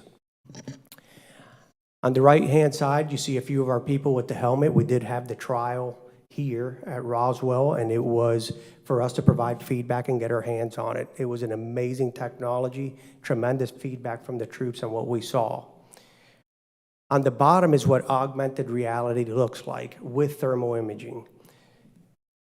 Those in the fire service knows that this is the first time in our history where we actually have technology, accelerated technology. Usually we're about 20 to 30 years behind the military. Whatever they use, 20 to 30 years later, we get our hands on it. I can't tell you the countless amount of searches when you're searching through low visibility that has taken place in this country with the previous technology that fell short. The augmented reality enhances our ability, it expedites our ability to safely do the job, but also to get to those victims quickly, like it's highlighted there. On this next one, I'm going to show you a short video that I ask you to please bear with me on this. There's a little bit of wind in the front, but what I wanted to provide is a first view of it being on the fire ground, being used in training, and they articulate very well what this technology is doing. This device is revolutionary from anything that's been in the fire service in my 20-plus years. Wearing a camera inside of an environment that's hard to describe. It's an environment that we can't train in anymore because of all the cancer products. With this device, I'm able to show that environment in real time and also use it for what I could do better next time. Along the body cam side of it, we're live streaming from our helicopters. Why can't we do it from the inside? It's helmet mounted, and so obviously where the head goes, the body goes, so it's intuitive.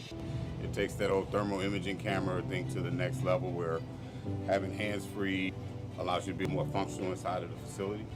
Being able to see those lines and things where you can identify doors and windows, things that we used to have to do by hand, makes a big difference. I think it'd be a great advantage to any fire department who actually deploys it. I can actually now look and I can scan as if I didn't actually have anything in front of me. And I can actually see things inside of a dark or smoky environment that normally I wouldn't be able to see. User friendliness, which is something I found today was impressive. I didn't have to be instructed on how to operate it. With only having 3 buttons as a choice, it's pretty easy to figure out. From an incident manager, I can prompt them to look at something that I might have seen or that I want to see. And then again, that'll aid in either the suppression efforts, the mitigation efforts, and the overall safety of being able to recognize that early and or confirm that, yes, that's truly what I'm seeing. Being able to see what's happening, being able to track where I was, what happened. I might be able to rescue you because they can see it happen. They can pin it back to right where you were. Having the location ability, being able to track who's where is a huge part of what the fire service doesn't have or has very minimal of. This has kind of always been the vision of where I thought things would go, and it probably has other aspects too that can be utilized in other arenas, not just firefighting.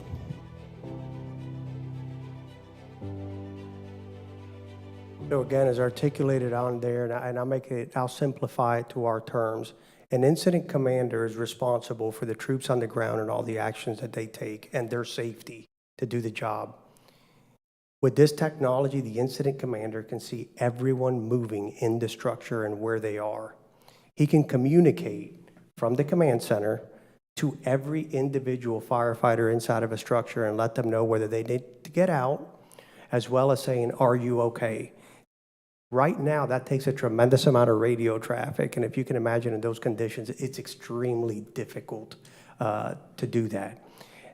Imagine on your cell phone using the text messaging right now and acknowledging that text with a thumbs up. That's the new technology that you're using in your hand. Instead of texting, you just throw a thumbs up. This technology does that. We say, are you okay? They click one button, and the command center says, you're okay, and they can see where you are. And once again, all of this is kept. All this information is kept, centralized, and AI analyzed to help us be more efficient. It also safeguards our firefighters. It safeguards our firefighters in no visibility whatsoever with high heat to be able to navigate and see those hazards.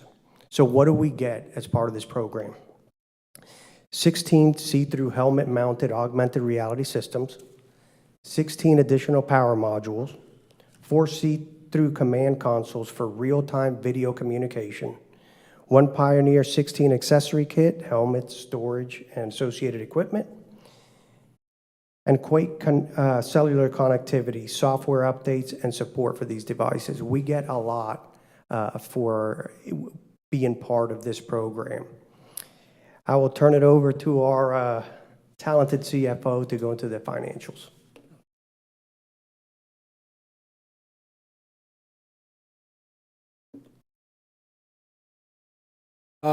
So this is a 3-year contract. The first year is basically the operational evaluation and testing period, as Fire Chief has already described. It includes the hardware, the helmets, and the software that's necessary to drive the helmets, capture the data, and perform the budget analytics.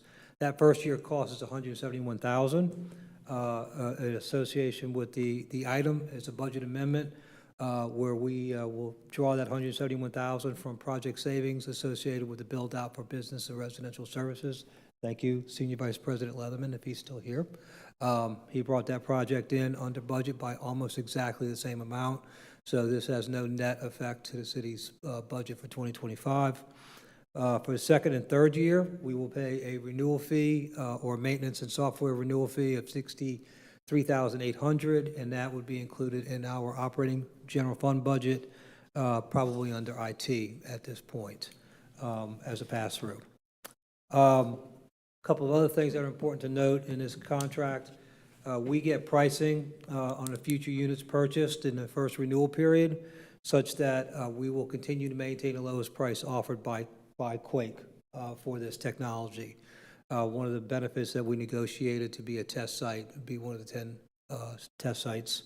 And then the other concern or risk that we saw in this program is if they are not operational by the end of year 1, still in beta phase, so to speak, we do not start paying the renewal fees until they exit beta and go operational. So after when the first monthly renewal is due, they have to be operational for us to be payable. And then the last thing we threw in there is that no matter the delay on operational, it does not extend the contract beyond the initial 3-year period. So we have the ability to either stay in it, renew, or whatnot. So with that, we'll take any questions. Thank you, Chief. Thank you, Bill. Well done. Council, any thoughts, comments, or questions? Thank you very much. I know everybody wants to offer congratulations. Any comments or thoughts from any Roswell residents? Thank you very much. Bring it back. Well done, gentlemen. We could talk about this for a long time. It's big stuff. But I think at this time, I feel Sarah staring me down, saying she wants to make a motion.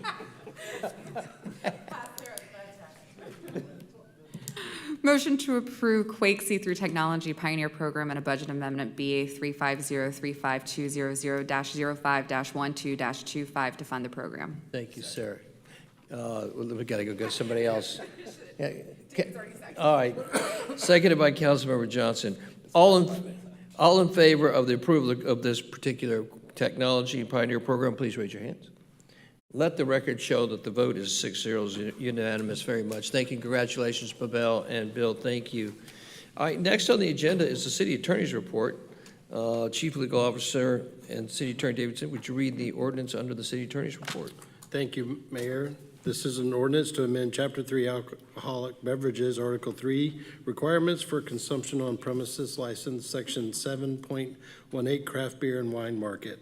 Now therefore, the Mayor and Council of the City of Roswell, pursuant to their authority, do hereby adopt the following amendment. Chapter 3 Alcoholic Beverages, Article 3, Requirements for Consumption on Premises License, Section 7.18, Craft Beer and Wine Market, of the Code of Ordinances of the City of Roswell, Georgia, is hereby amended by deleting said section and replacing said section with the new Section 7.18, Craft Beer and Wine Market, which shall read as shown in Exhibit A attached here to incorporated herein by reference. And if approved, this is the second reading. Thanks so much, David. Yeah, just for clarity, it's the approval of ordinance to update Sections 3.7.18, Craft Beer and Wine Market, the Code of Ordinances, and the City of Roswell, and it is the second reading. Are there any comments or thoughts from council? Thank you very much. Any Roswell residents who'd like to weigh in on this? Thank you very much. At this time, Christine, I believe, is this Lee? Is this yours, or Christine, is this yours? Which one of you guys? Go ahead. Christine, Lee, would you like to make the motion? I would love to make a motion to help out one of our local business owners, well, two business owners. That's right. Motion to approve the ordinance to update the section 3.7.18 craft beer and wine market of the Code of Ordinances of the City of Roswell. And I'll second it. Second reading? Second reading? Second reading. Second reading? And final Second. reading. Thank you, and final. All right. Thank you very much. Motion made by Lee, seconded by Christine. All in favor of approving this in the second reading, please raise your hands. Let the record show that the ordinance passes unanimously 6-0. We appreciate that very much. Thank you, and congratulations to those two businesses that will be impacted by it. Being that there are no other items, this mayor and council meeting of May 12th, 2025 is adjourned. Thank you so much. Nice.